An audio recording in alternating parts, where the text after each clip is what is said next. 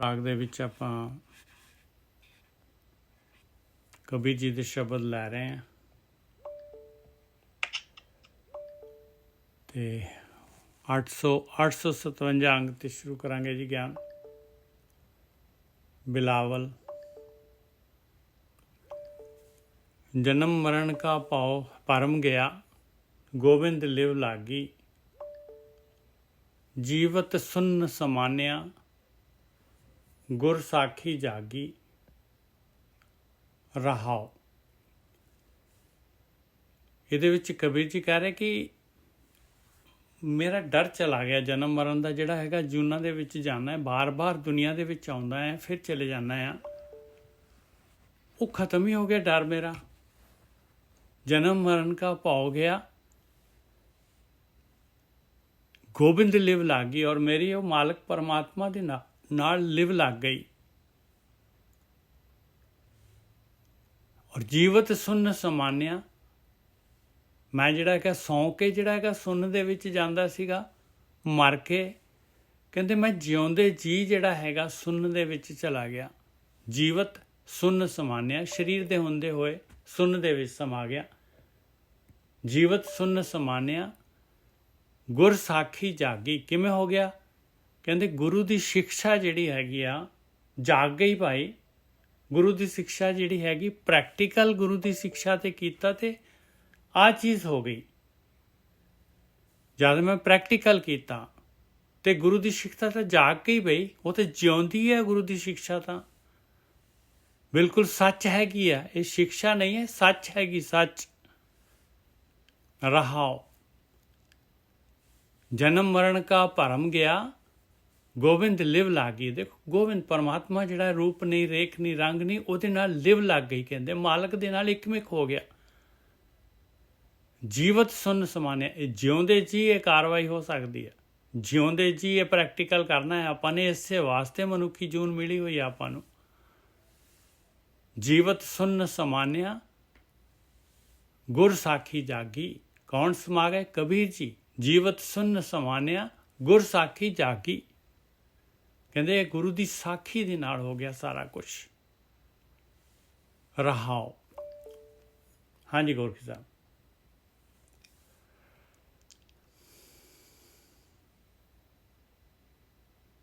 हाँ जी ठीक है जी। साध संगत जी देखो पहली तुक दे विच वो समझा रहे हैं, जन्म मरण का भरम गया, गोबिंद लिव लागी। कहते जदों मेरी लिव लग गई ते जिहड़ा मैनूं जन्म दा सी मरण दा सी वो भरम ही जिहड़ा वो खत्म हो गया। ਜਦੋਂ भी अपनी लिव परमात्मा ਨਾਲ लग जाती है, वैसे भी साडा जिहड़ा जन्म मरण दा भरम है ना वो खत्म हो जाता है। वैसे साधारण बंदा मौत तो डरदा है, मौत नूं चेते भी नहीं करता, पर जिहड़ा साधक है ਉਹਦੇ ਲਈ मौत उन्नी मतलब डराउनी नहीं हुंदी। क्यों नहीं डराउनी हुंदी? ਉਹਨੂੰ पता मैं की कर रहा। ਹੁਣ ਜਿਹੜੇ ਬੰਦੇ ਨੇ ਕੀਤਾ ਕੁਝ ਗੜਬੜ ਹੋਏ ਤੇ ਉਹਨੂੰ मौत ਤੋਂ ਵੀ डर लगेगा। ਜਿੱਦਾਂ ਕਿਸੇ ਬੰਦੇ ਨੇ ਚੋਰੀ ਕੀਤੀ ਹੋਏ ਤੇ ਉਹ ਜਦੋਂ ਉੱਥੇ ਲੋਕਾਂ ਦੀ ਤਲਾਸ਼ੀ ਲੈਂਦੇ ਹੋਣ ਦੂਸਰਿਆਂ ਦੀ, ਤੇ ਭਾਵੇਂ ਉਹ ਬੰਦਾ ਉੱਥੇ ਬੈਠਾ, ਪਰ ਡਰ ਤੇ ਉਹਨੂੰ ਲੱਗਣਾ ਹੀ ਹੈ ਨਾ ਕਿ ਮੈਂ ਫੜਿਆ ਨਾ ਜਾਵਾਂ। ਤਾਂ ਕਹਿਣ ਤੋਂ ਭਾਵ ਆ ਕਿ ਇੱਥੇ ਮੈਂ ਇਹ ਕਹਿਣਾ ਚਾਹੁੰਦਾ ਕਿ ਜਿੱਦਾਂ ਆਪਾਂ ਜਿਹੜੀ ਚੀਜ਼ ਨੂੰ ਆਪਾਂ ਦੇਖਦੇ ਹਾਂ ਤੇ ਉਹ ਚੀਜ਼ ਦੇ ਪਿੱਛੇ ਕਾਰਨ ਕੀ ਹੈ, ਔਰ ਜੇ ਸਾਡਾ ਕਾਰਨ ਹੈਗਾ ਉਹਦਾ ਮਤਲਬ ਹੈ ਡਰ ਹੈਗਾ। ਹੁਣ ਜਿਹੜਾ ਬੰਦਾ ਸਾਧਕ ਹੈ ਉਹਨੇ ਤੇ ਬੰਦਗੀ ਕੀਤੀ, ਉਹਨੇ ਆਪਣੀ ਜ਼ਿੰਦਗੀ ਨੂੰ ਇੱਕਦਮ ਬਦਲ ਲਿਆ, ਔਰ ਜਿਉਂਦੇ ਜੀ ਉਹਨੇ ਕੀਤਾ ਹੈ। ਕੋਈ ਕਲਪਨਿਕ ਗਿਆਨ ਨਹੀਂ, ਕੋਈ ਕਲਪਨਿਕ ਗੱਪਾਂ ਨਹੀਂ। ਆਮ ਲੋਕੀ ਗੱਪਾਂ ਮਾਰ ਦਿੰਦੇ ਆ ਕਿ ਤੁਹਾਨੂੰ ਮੁਕਤ ਕਰ ਦਿੱਤਾ ਜਾਏਗਾ, ਸਾਡਾ ਫਲਾਨਾ ਬੰਦਾ ਆਊਗਾ, ਸਾਡਾ ਢਿਮਕਾ ਬੰਦਾ ਆਊਗਾ। ਇਹ ਬਹੁਤ ਪੁਰਾਣੇ ਫਾਰਮੂਲੇ ਨੇ। ਜਿੱਦਾਂ ਕਾਸੀ ਦੇ ਵਿੱਚ ਵੇਖੋ ਉੱਥੇ ਨਾ ਬਣਾਇਆ ਵਾ ਖੂਹ, ਉੱਥੇ ਆਰੇ ਲਾਏ ਨੇ, ਛਾਲ ਮਾਰੋ ਤੁਸੀਂ ਸਿੱਧੇ ਸਵਰਗ 'ਚ ਚੱਲ ਜਾਓਗੇ। ਹੁਣ ਵੇਖੋ ਮੁਸਲਮਾਨਾਂ 'ਚ ਵੀ ਜਿਹੜੇ ਜਿਹਾਦੀ ਹੁੰਦੇ ਨੇ, ਜਿਹੜੇ ਲੱਕ ਨਾਲ ਬੰਬ ਮਾਰਨ ਕੇ ਲੋਕਾਂ ਨੂੰ ਮਾਰ ਦਿੰਦੇ ਨੇ, ਉਹਨਾਂ ਨੇ ਐਸਾ ਇੱਕ ਭਰਮ ਪਾ ਦਿੱਤਾ ਹੈ ਕਿ ਤੁਸੀਂ ਰੱਬ ਦੇ ਪਿਆਰੇ ਜੋ, ਤੁਸੀਂ ਰੱਬ ਦੀ ਪਨਾਹ ਵਿੱਚ ਚੱਲੇ ਜੋ, ਤੁਸੀਂ ਜੰਨਤ ਦੇ ਵਿੱਚ ਜਾਣਾ।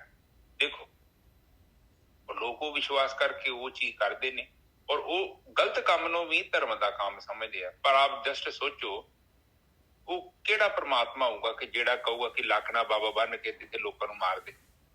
ਏਦਾਂ ਦਾ ਕੋਈ ਪ੍ਰਮਾਤਮਾ ਹੋਊਗਾ? ਕਿਉਂਕਿ ਪ੍ਰਮਾਤਮਾ ਦੀ ਤੱਕੜੀ ਬੜੀ ਇਨਸਾਫ ਤੋਲਦੀ ਆ। ਜਿੱਥੇ ਗਲਤੀ ਆ ਉੱਥੇ ਪ੍ਰਮਾਤਮਾ ਖੁਦ ਨਹੀਂ ਆਉਂਦਾ।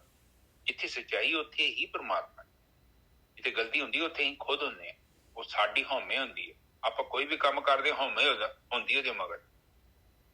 ਹੁਣ ਇੱਥੇ ਕਹਿ ਰਹੇ ਨੇ ਜਨਮ ਮਰਨ ਕਾ ਭਰਮ ਗਿਆ ਗੋਬਿੰਦ ਲਿਵ ਲਾਗੀ। ਜਦੋਂ ਦੀ ਮੇਰੀ ਗੋਬਿੰਦ ਦੇ ਨਾਲ ਲਿਵ ਲੱਗ ਗਈ, ਮੇਰੀ ਸੁਰਤੀ ਬ੍ਰਹਮ ਚ ਲੀਨ ਹੋ ਗਈ, ਮੇਰੇ ਮਨ ਦੇ ਅੰਦਰ ਜਿਹੜਾ ਭਰਮ ਸੀ, ਡਰ ਸੀ, ਖੌਫ ਸੀ, ਭਰਮ, ਉਹ ਸਭ ਖਤਮ ਹੋ ਗਿਆ।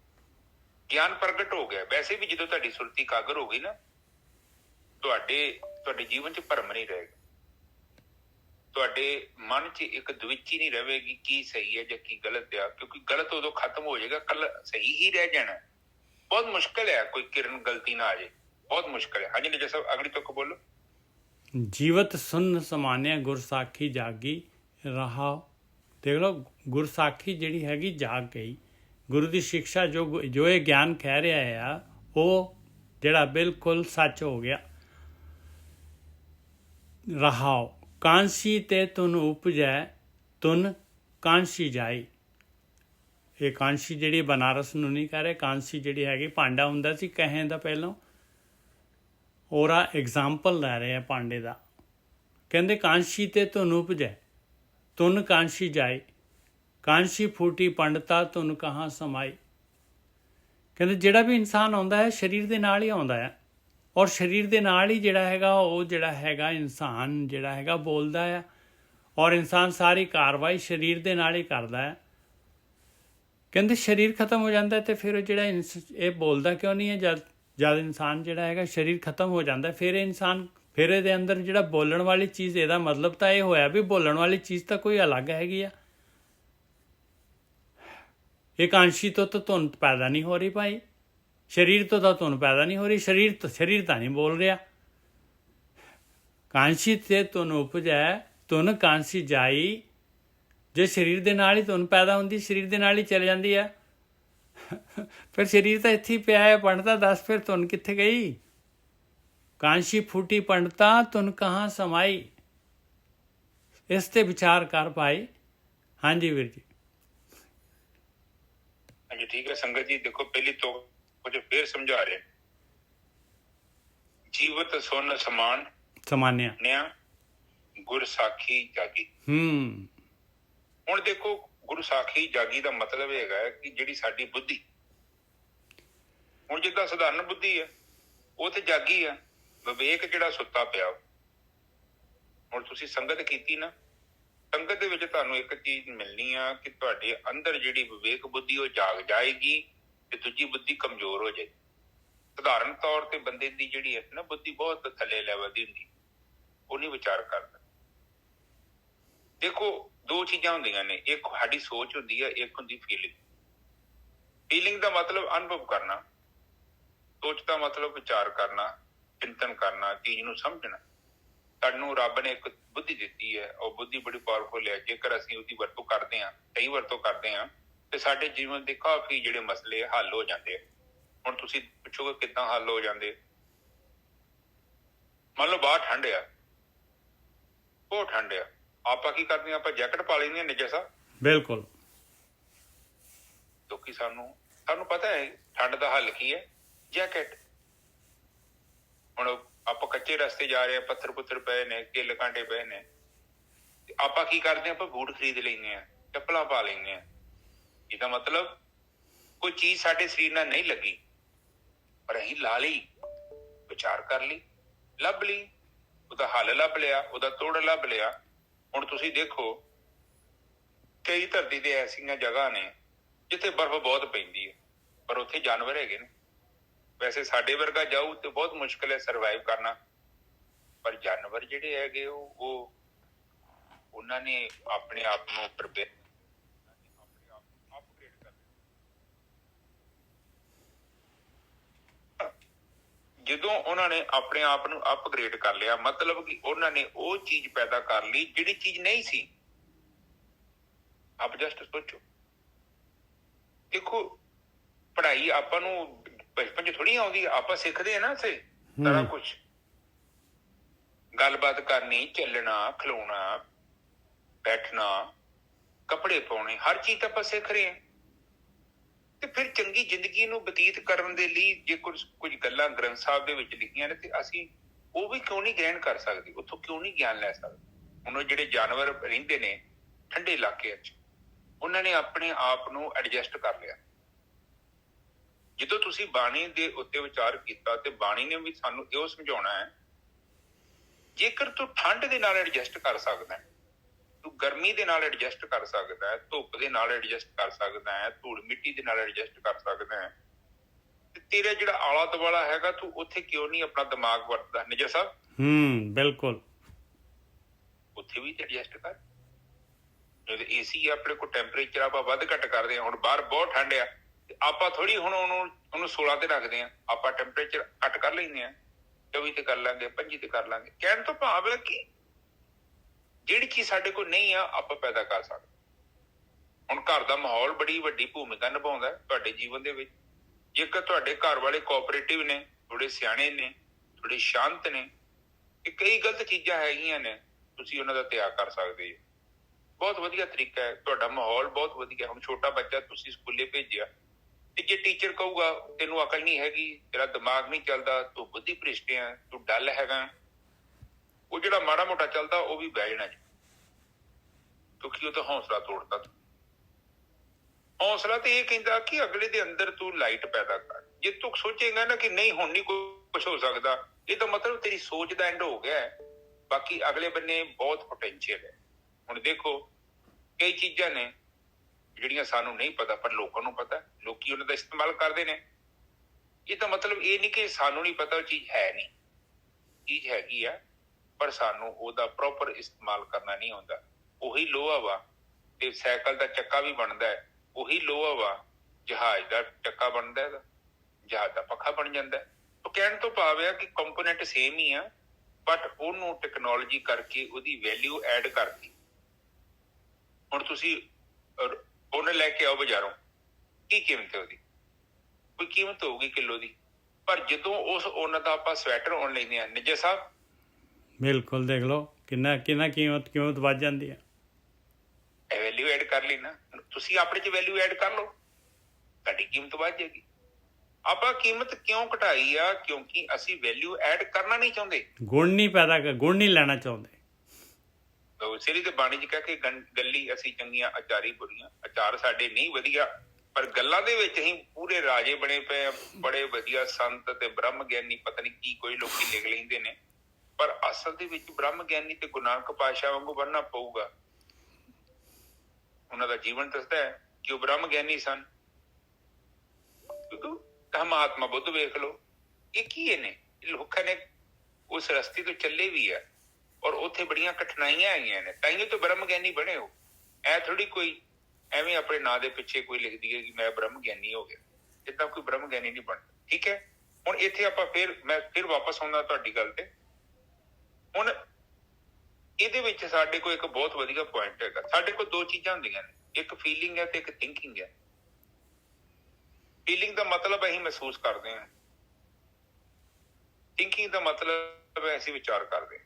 ਠੀਕ ਹੈ, ਇਹ ਤੁਹਾਡੇ ਜੀਵਨ ਦੀਆਂ ਬਹੁਤ ਇੰਪੋਰਟੈਂਟ ਗੱਲਾਂ ਨੇ ਦੋਨੋਂ। ਹੁਣ ਮੈਂ ਤੁਹਾਡੇ ਘਰ ਗਿਆ,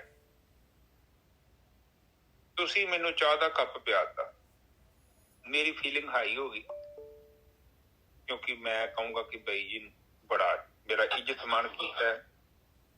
ਇਕਬਾਲ ਜੀ ਬੰਦ ਕਰ, ਠੀਕ ਹੈ, ਮੇਰਾ ਬਹੁਤ ਇੱਜ਼ਤ ਮਾਣ ਕੀਤਾ, ਮੈਨੂੰ ਚਾਹ ਪਿਆਈ, ਮੈਨੂੰ ਬਿਸਕੁਟ ਖਵਾਏ, ਠੀਕ ਹੈ।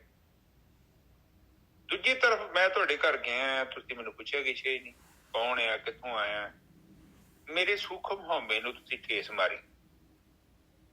ਹੋ ਸਕਦਾ ਨੈਕਸਟ ਟਾਈਮ ਆਉਣ ਲਈ ਮੈਂ ਸੋਚਾਂ, ਵਿਚਾਰ ਕਰ।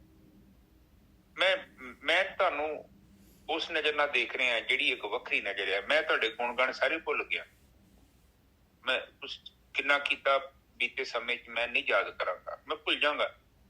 ਮੈਨੂੰ ਉਹ ਗੱਲ ਯਾਦ ਰਹਿਣੀ ਹੈ ਫੀਲਿੰਗ ਵਾਲੀ ਕਿ ਇਹਨਾਂ ਨੇ ਮੈਨੂੰ ਚਾਹ ਪਾਣੀ ਨਹੀਂ ਪੁੱਛਿਆ, ਮੈਨੂੰ ਬਹਿਣ ਲਈ ਨਹੀਂ ਕਿਹਾ।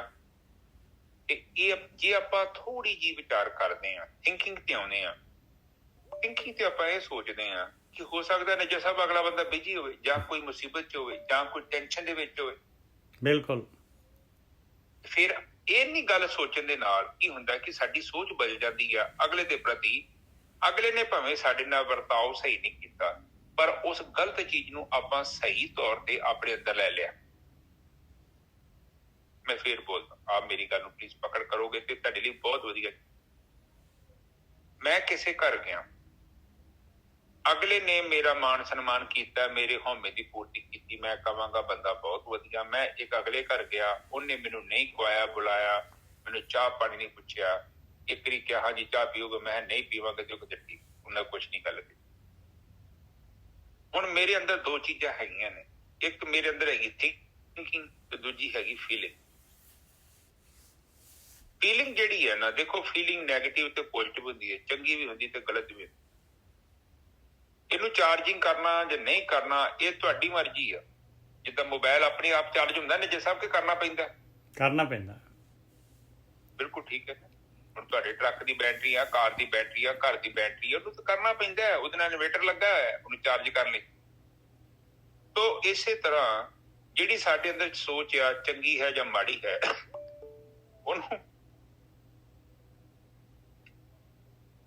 ਉਹਨੇ ਤੁਹਾਡੇ ਚਿੱਤ ਚ ਆਉਣਾ ਫੀਲਿੰਗ ਦੇ ਰੂਪ ਚ, ਸੰਸਕਾਰਾਂ ਨੇ। ਹੁਣ ਉਹਨੂੰ ਚਾਰਜ ਕਰਨਾ ਜਾਂ ਨਹੀਂ ਕਰਨਾ ਉਹ ਤੁਹਾਡਾ ਆਪਣਾ ਫੈਸਲਾ ਹੈ। ਜੇ ਤੇ ਤੁਸੀਂ ਸੋਚੋ ਬਾਂਦਰ ਦੇ ਵਾਂਗੂ ਕਿ ਬਾਹਰ ਧੁੱਪ ਹੋ ਜੇ, ਸਾਰਾ ਮੌਸਮ ਸਹੀ ਹੋ ਜੇ, ਤਾਂ ਹੀ ਮੈਂ ਜਿੰਦਾ ਰਵਾਂਗਾ। ਬਾਹਰ ਬਰਫ਼ ਪੈਂਦੀ, ਹੁਣ ਬਰਫ਼ ਹੀ ਪਈ ਜਾਂਦੀ ਹੈ, ਤੇ ਉਹ ਫਿਰ ਬਾਂਦਰ ਕਿੱਥੋਂ ਜਿੰਦਾ ਰਹੂਗਾ? ਉਹ ਖੁਸ਼ ਨਹੀਂ ਰਹਿ ਸਕਦਾ ਨਿਜਰ ਸਾਹਿਬ। ਬਿਲਕੁਲ। ਕਿਉਂਕਿ ਜੋ ਸੋਚ ਰਿਹਾ ਉਦਾਂ ਦਾ ਹੋਣਾ ਹੀ ਨਹੀਂ। It is not possible. ਹੁਣ ਤੁਸੀਂ ਚੱਲ ਜਾਓ ਬਰਫੀਲੇ ਇਲਾਕਿਆਂ ਚ, ਉੱਥੇ ਜਾਨਵਰ ਹੈਗੇ, ਸਰਵਾਈਵ ਕਰ ਰਹੇ ਨੇ। ਕਿਉਂ ਕਰ ਰਹੇ ਨੇ? ਅਗਲਿਆਂ ਨੇ ਐਡਜਸਟ ਕਰ ਲਿਆ। ਅਗਲਿਆਂ ਨੇ ਵੇਖਿਆ ਕਿ ਇੱਥੇ ਐਵੇਂ ਮਰਨਾ ਥੋੜੀ ਆਪਾਂ, ਥੋੜਾ ਬਹੁਤਾ ਜਿਹੜੀ ਕੰਡੀਸ਼ਨ ਹੈਗੀ ਆ, ਜਿਹੜੀਆਂ ਰਿਕੁਆਇਰਮੈਂਟ ਹੈਗੀਆਂ ਉਹਨਾਂ ਪੂਰੀਆਂ ਕਰ ਲਈਆਂ। ਹੁਣ ਆਪਣੇ ਜੀਵਨ ਚ ਕੀ ਆ, ਆਪਣੇ ਚ ਪ੍ਰੋਬਲਮ ਕੀ ਆ, ਆਪਾਂ ਓਦਾਂ ਨਹੀਂ ਸੋਚਦੇ, ਆਪਾਂ ਆਕੜ ਜਾਂਦੇ ਆ। ਫਿਰ ਆਕੜਨ ਦੇ ਨਾਲ ਫਿਰ ਉਹਦੇ ਰਿਜ਼ਲਟ ਬੜੇ ਮਾੜੇ ਨੇ। ਅੱਜ ਇੱਕ ਘਰ ਚ ਮੈਂ ਗਿਆ ਤੇ ਉੱਥੇ ਉਹ ਮਾਤਾ ਦੇ 3 ਬੱਚੇ ਨੇ, 2 ਬੱਚੇ ਬਾਹਰ ਰਹਿੰਦੇ ਨੇ, ਇੱਕ ਬੱਚਾ ਇੱਥੇ ਰਹਿੰਦਾ। ਚਲੋ ਇਸ ਬੱਚੇ ਕੋ ਕੁਛ ਗਲਤੀ ਹੋਈ, ਉਹਨੂੰ ਜੇਲ੍ਹ ਹੋ ਗਈ ਵਿਚਾਰੇ ਨੂੰ, ਉਹ 11-12 ਸਾਲ ਜੇਲ੍ਹ ਚ ਰਿਹਾ। ਤੇ ਉਹਦਾ ਭਰਾ ਮੇਰੇ ਨਾਲ ਗੱਲ ਕਰਦਾ, ਮੈਂ ਕਿਹਾ ਕਿ ਉਹਨੇ ਪਤਾ ਕੀ ਸੋਚ ਬਣਾਈ ਆ ਕਿ ਮਤਲਬ ਕਿ ਭਰਾ ਸਾਡਾ ਗਲਤ ਆ। ਅਸਲ ਚ ਤੇ ਉਹ ਚਾਹੁੰਦੇ ਪ੍ਰੋਪਰਟੀ, ਉੱਥੇ ਜਗ੍ਹਾ ਜਿੱਥੇ ਰਹਿੰਦਾ ਨਾ। ਤੇ ਉਹ 3 ਭਰਾ ਹੈਗੇ, 3 ਸੋਚਦੇ ਸਾਡਾ ਹਿੱਸਾ। ਚਲੋ ਮਾਂ ਲੜ ਝਗੜ ਕੇ ਘਰੋਂ ਚਲ ਗਈ, ਉਹ ਕਿਤੇ ਹੋ ਰਿਹਾ ਸੀ। ਤੇ ਮੈਂ ਫਿਰ ਗੱਲ ਕੀਤੀ, ਮੈਂ ਸੋਚਿਆ ਸੀ ਚਲੋ ਇਹਨਾਂ ਦਾ ਥੋੜਾ ਕੋਈ ਭਲਾ ਹੋਵੇ, ਇਹਨਾਂ ਦੀ ਮਦਦ ਕੀਤੀ ਜਾਵੇ। ਪਹਿਲਾਂ ਇਸ ਮੁੰਡੇ ਦੀ ਗੱਲ ਸੁਣੀ, ਇਹ ਵੱਡਾ ਮੁੰਡਾ ਸੀ। ਮੈਂ ਉਹਨਾਂ ਨੂੰ ਬਾਹਰ ਵਾਲੇ ਭਰਾ ਨੂੰ ਕਿਹਾ, ਮੈਂ ਤੁਸੀਂ ਇਹ ਕਹਿ ਰਹੇ ਜੋ ਠੀਕ ਨਹੀਂ ਆ, ਕਰੈਕਟਰ ਮਾੜਾ, ਇਹ ਹੈ ਉਹ ਮਾੜਾ, ਸਭ ਕੁਛ ਮਾੜਾ। ਮੈਂ ਕਿਹਾ ਮਾਂ ਪੁੱਤ ਦਾ ਇੱਕ ਮਸਲਾ ਹੈ, ਤੇ ਮਾਂ ਜਾਣੇ ਤੇ ਜੇ ਪੁੱਤ ਜਾਣੇ। ਤੁਸੀਂ ਭਰਾ ਜੋ, ਤੁਹਾਡਾ ਤੇ ਫਰਜ਼ ਨਹੀਂ ਬਣਦਾ ਵਿੱਚ ਬੋਲਣ ਦਾ ਨਾ। ਉਹਨਾਂ ਨੇ ਪੰਪ ਦੇ ਕੇ ਚਲੋ ਇੱਥੇ ਕੇਸ ਕੁਛ ਕਰਾਤਾ। ਮੈਂ ਇਹ ਮਹਿਸੂਸ ਕਰਦਾ ਕਈ ਵਾਰੀ ਨਾ ਸਾਡੇ ਰਿਸ਼ਤੇਦਾਰ ਵੀ ਕਈ ਸਾਡੇ ਨਾ ਗੱਲਾਂ ਬਹੁਤ ਗਲਤ ਸਾਡੇ ਨਾਲ ਜੋੜਦੇ ਆ, ਸਾਡੇ ਕੰਨ ਭਰਦੇ ਆ, ਉਹਦੇ ਨਾਲ ਸਾਡਾ ਜੀਵਨ ਸੁਖੀ ਨਹੀਂ ਹੋਊਗਾ, ਦੁਖੀ ਹੋਊਗਾ। ਮੈਂ ਉਹਨੂੰ ਮੁੰਡੇ ਨੂੰ ਕਿਹਾ, ਮੈਂ ਕਿਹਾ ਫਿਰ ਭਾਜੀ ਤੇ ਮਾਤਾ ਦਾ ਵੀਜ਼ਾ ਲੱਗਾ ਹੋਣਾ ਆਸਟ੍ਰੇਲੀਆ ਦਾ, ਉੱਥੇ ਤੁਹਾਡੇ ਕੋਲ PR ਮੇਰੀ ਹੋਣੀ ਹੈ। ਕਹਿੰਦੇ ਨਹੀਂ ਮੈਂ ਟੂਰਿਸਟ ਵੀਜ਼ੇ ਤੇ ਸਾਧਦਾ ਇਹਨਾਂ ਨੂੰ। ਮੈਂ ਠੀਕ। ਮੈਂ ਕਿਹਾ ਵੀ ਜੇ ਤੁਸੀਂ ਟੂਰਿਸਟ ਵੀਜ਼ੇ ਤੇ ਸਾਧਦੇ ਜੋ ਤੇ ਭਾਜੀ ਜਿੱਥੇ ਨਾਲ ਰਹਿਣਾ ਹੈ, ਜਿਹੜੇ ਪੁੱਤ ਦੇ ਨਾਲ ਘਰ ਰਹਿਣਾ, ਤੇ ਮਾੜੀ ਮੋਟੀ ਤੇ ਗੱਲਬਾਤ ਤੇ ਹੋਣੀ ਹੈ ਨਿਜਰ ਸਾਹਿਬ ਕਿ ਨਹੀਂ? ਬਿਲਕੁਲ ਹੋਣੀ। ਮੈਨੂੰ ਕਹਿੰਦਾ ਕਿ ਨਹੀਂ ਮੇਰੇ ਕੋਲ ਮਾਤਾ ਆਉਂਦੀ ਇੱਥੇ ਬੜੀ ਵਧੀਆ ਰਹਿੰਦੀ। ਮੈਂ ਭਾਜੀ 5-7 ਦਿਨ ਤੇ ਮੈਂ ਵੀ ਬੜਾ ਵਧੀਆ ਰਹੂੰਗਾ, ਮਹੀਨਾ ਕਿ ਤੁਹਾਡੇ ਨਾਲ ਮੈਂ ਬੜਾ ਵਧੀਆ ਰਹੂੰਗਾ। ਮੈਂ ਮਾਤਾ ਜਦੋਂ ਤੁਹਾਡੇ ਕੋਲ 1-2 ਸਾਲ ਰਹੀ ਨਾ ਤੁਹਾਡੇ ਘਰ, ਤੇ ਤੁਹਾਨੂੰ ਪਤਾ ਲੱਗ ਜਾਣਾ। ਕਿਉਂਕਿ ਜਿੰਦਾ ਬੰਦਾ ਵਾ ਘਰ ਚ ਤੁਹਾਡੇ ਰਹਿੰਦੇ ਆ, ਨਹੀਂ, ਕਹਿੰਦਾ ਮਾਤਾ ਬੜੀ ਖੁਸ਼ ਹੈ, ਇੱਥੇ ਖੁਸ਼ ਹੈ। ਮੈਂ ਖੁਸ਼ ਤੇ ਮੈਂ ਮਾਪੇ ਬੱਚਿਆਂ ਦੇ ਨਾਲ ਹੀ ਹੁੰਦੇ ਆ। ਨਹੀਂ ਨਹੀਂ ਨਹੀਂ, ਮਾਤਾ ਇੱਥੇ ਬਹੁਤ ਖੁਸ਼ ਹੈ ਭਾਜੀ, ਉੱਥੇ ਵੇਖੋ ਪੈਨਸ਼ਨ ਮਿਲਦੀ, ਜੇ ਮਿਲਦੀ। ਇਹ ਮੁੰਡਾ ਜਿਹੜਾ ਵਾ ਇਹ ਸਾਡਾ ਵੱਡਾ ਭਰਾ ਵਾ, ਇਹਨੇ ਇਹ ਕੀਤਾ ਉਹ ਕੀਤਾ। ਮੈਂ ਠੀਕ ਆ ਭਾਜੀ, ਪਰ ਮੈਂ ਇੱਥੇ ਨਜਾ ਸਾਹਿਬ ਤੁਹਾਨੂੰ ਇਹ ਕਹਿਣਾ ਚਾਹੁੰਦਾ ਕਿ ਮੈਂ ਇੱਕ ਜਿਹੜੀ ਗੱਲ ਸਮਝੀ, ਉਹ ਬੰਦਾ ਬਾਹਰ ਬੈਠਾ ਹੈ, ਮਾਤਾ ਨੂੰ ਆਪਣੇ ਕੋਲ ਰੱਖਣਾ ਨਹੀਂ ਚਾਹੁੰਦਾ, ਪਰ ਇੱਥੇ ਮਾਤਾ ਨੂੰ ਵਸਣ ਵੀ ਨਹੀਂ ਦੇਣ ਦਿਆ। ਇੰਨੀ ਨੈਗੇਟਿਵ એનર્ਜੀ ਪਾਉਂਦੇ ਆ ਉਹਦੇ ਮਾਤਾ ਦੇ ਵਿੱਚ ਕਿ ਇਹ ਭਰਾ ਸਹੀ ਨਹੀਂ ਆ, ਇਹ ਹੈ ਉਹ ਹੈ ਉਹ ਹੈ ਇਹ ਹੈ। ਤਾਂ ਕਹਿਣ ਤੋਂ ਭਾਵ ਹੈ ਸਾਧ ਸੰਗਤ ਜੀ, ਦੇਖੋ ਮੈਂ ਤੁਹਾਨੂੰ ਇਹੋ ਹੀ ਕਹਿਣਾ ਚਾਹੁੰਦਾ, ਆਪਣੀ ਬੁੱਧੀ ਦਾ ਇਸਤੇਮਾਲ ਕਰੋ, ਜ਼ਿਆਦਾ ਲੋਕਾਂ ਦੀ ਬਹੁਤੀ ਗੱਲ ਨਾ ਸੁਣਿਆ ਕਰੋ। ਲੋਕੀ ਤੇ ਉਹ ਰਾਹ ਦੱਸਦੇ ਨੇ, ਉਹ ਪਹਾੜਾ ਨਹੀਂ ਦਿੰਦਾ। ਔਰ ਇਸੇ ਕਰਕੇ ਕਈ ਘਰਾਂ ਦੇ ਵਿੱਚ ਬੜੀਆਂ ਪ੍ਰੋਬਲਮਸ ਆਉਂਦੀਆਂ। ਲੋਕੀ ਤੁਹਾਨੂੰ ਉਲਟੀ ਸਲਾਹ ਦੇਣਗੇ, ਤੁਸੀਂ ਉਹਨਾਂ ਦੀ ਕਹਿਣਾ ਮੰਨ ਲੈਣਾ, ਤੁਸੀਂ ਆਪਣੇ ਆਪ ਨੂੰ ਡਿਸਟਰਬ ਕਰਨਾ। ਹੁਣ ਮਾਤਾ ਤੱਕ ਜਾ ਚੰਗੀ ਭਲੀ ਤੇ ਘਰੇ ਰਹਿੰਦੀ ਸੀ, ਉਹਨੂੰ ਜਦੋਂ ਰੋਜ਼ ਹੀ ਕਹਿਣਾ ਇਹ ਮਾੜਾ ਇਹ ਮਾੜਾ ਇਹ ਮਾੜਾ, ਇੱਕ ਦਿਨ ਆਉਣਾ ਹੈ ਮੈਂ ਸੋਚ ਲੈਣਾ ਇਹ ਬੰਦਾ ਮਾੜਾ। ਅੱਜ ਦੀ ਡੇਟ 'ਚ ਉਹ ਮਾਂ ਕਿੱਥੇ ਬੈਠੀ ਹੈ, 3 ਮੁੰਡੇ ਆ, ਜੇ 2 ਬਾਹਰ ਹੈਗੇ ਆ, ਫਰਜ਼ ਤੇ ਬੰਦਾ ਕਿ ਇਹਨੂੰ ਬਾਹਰ ਸੱਦ ਲੈਣ, ਬਾਹਰ ਵੀ ਨਹੀਂ ਸੱਦਦੇ ਉਹਨੂੰ, ਪਰ ਉੱਥੋਂ ਸਲਾਹਾਂ ਦਿੰਦੇ ਨੇ ਕਿ ਇਹ ਤੇ ਕੇਸ ਕਰ, ਇਹ ਜਗ੍ਹਾ ਤੇ ਕਬਜ਼ਾ ਕੀਤਾ। ਠੀਕ ਹੈ ਜੀ, ਮੈਂ ਫਿਰ ਨਿੱਜਾ ਸਾਹਿਬ ਉਹਨੂੰ ਬੰਦੇ ਨੂੰ ਕਿਹਾ, ਹਾਂਜੀ, ਮੈਂ ਭਾਜੀ ਜਿਹੜੀ ਤੁਹਾਡੀ ਜਗ੍ਹਾ ਵਾ, ਤੇ ਮੈਂ ਭਾਜੀ ਤੁਸੀਂ ਬਾਹਰ ਕਿੱਦਾਂ ਗਏ?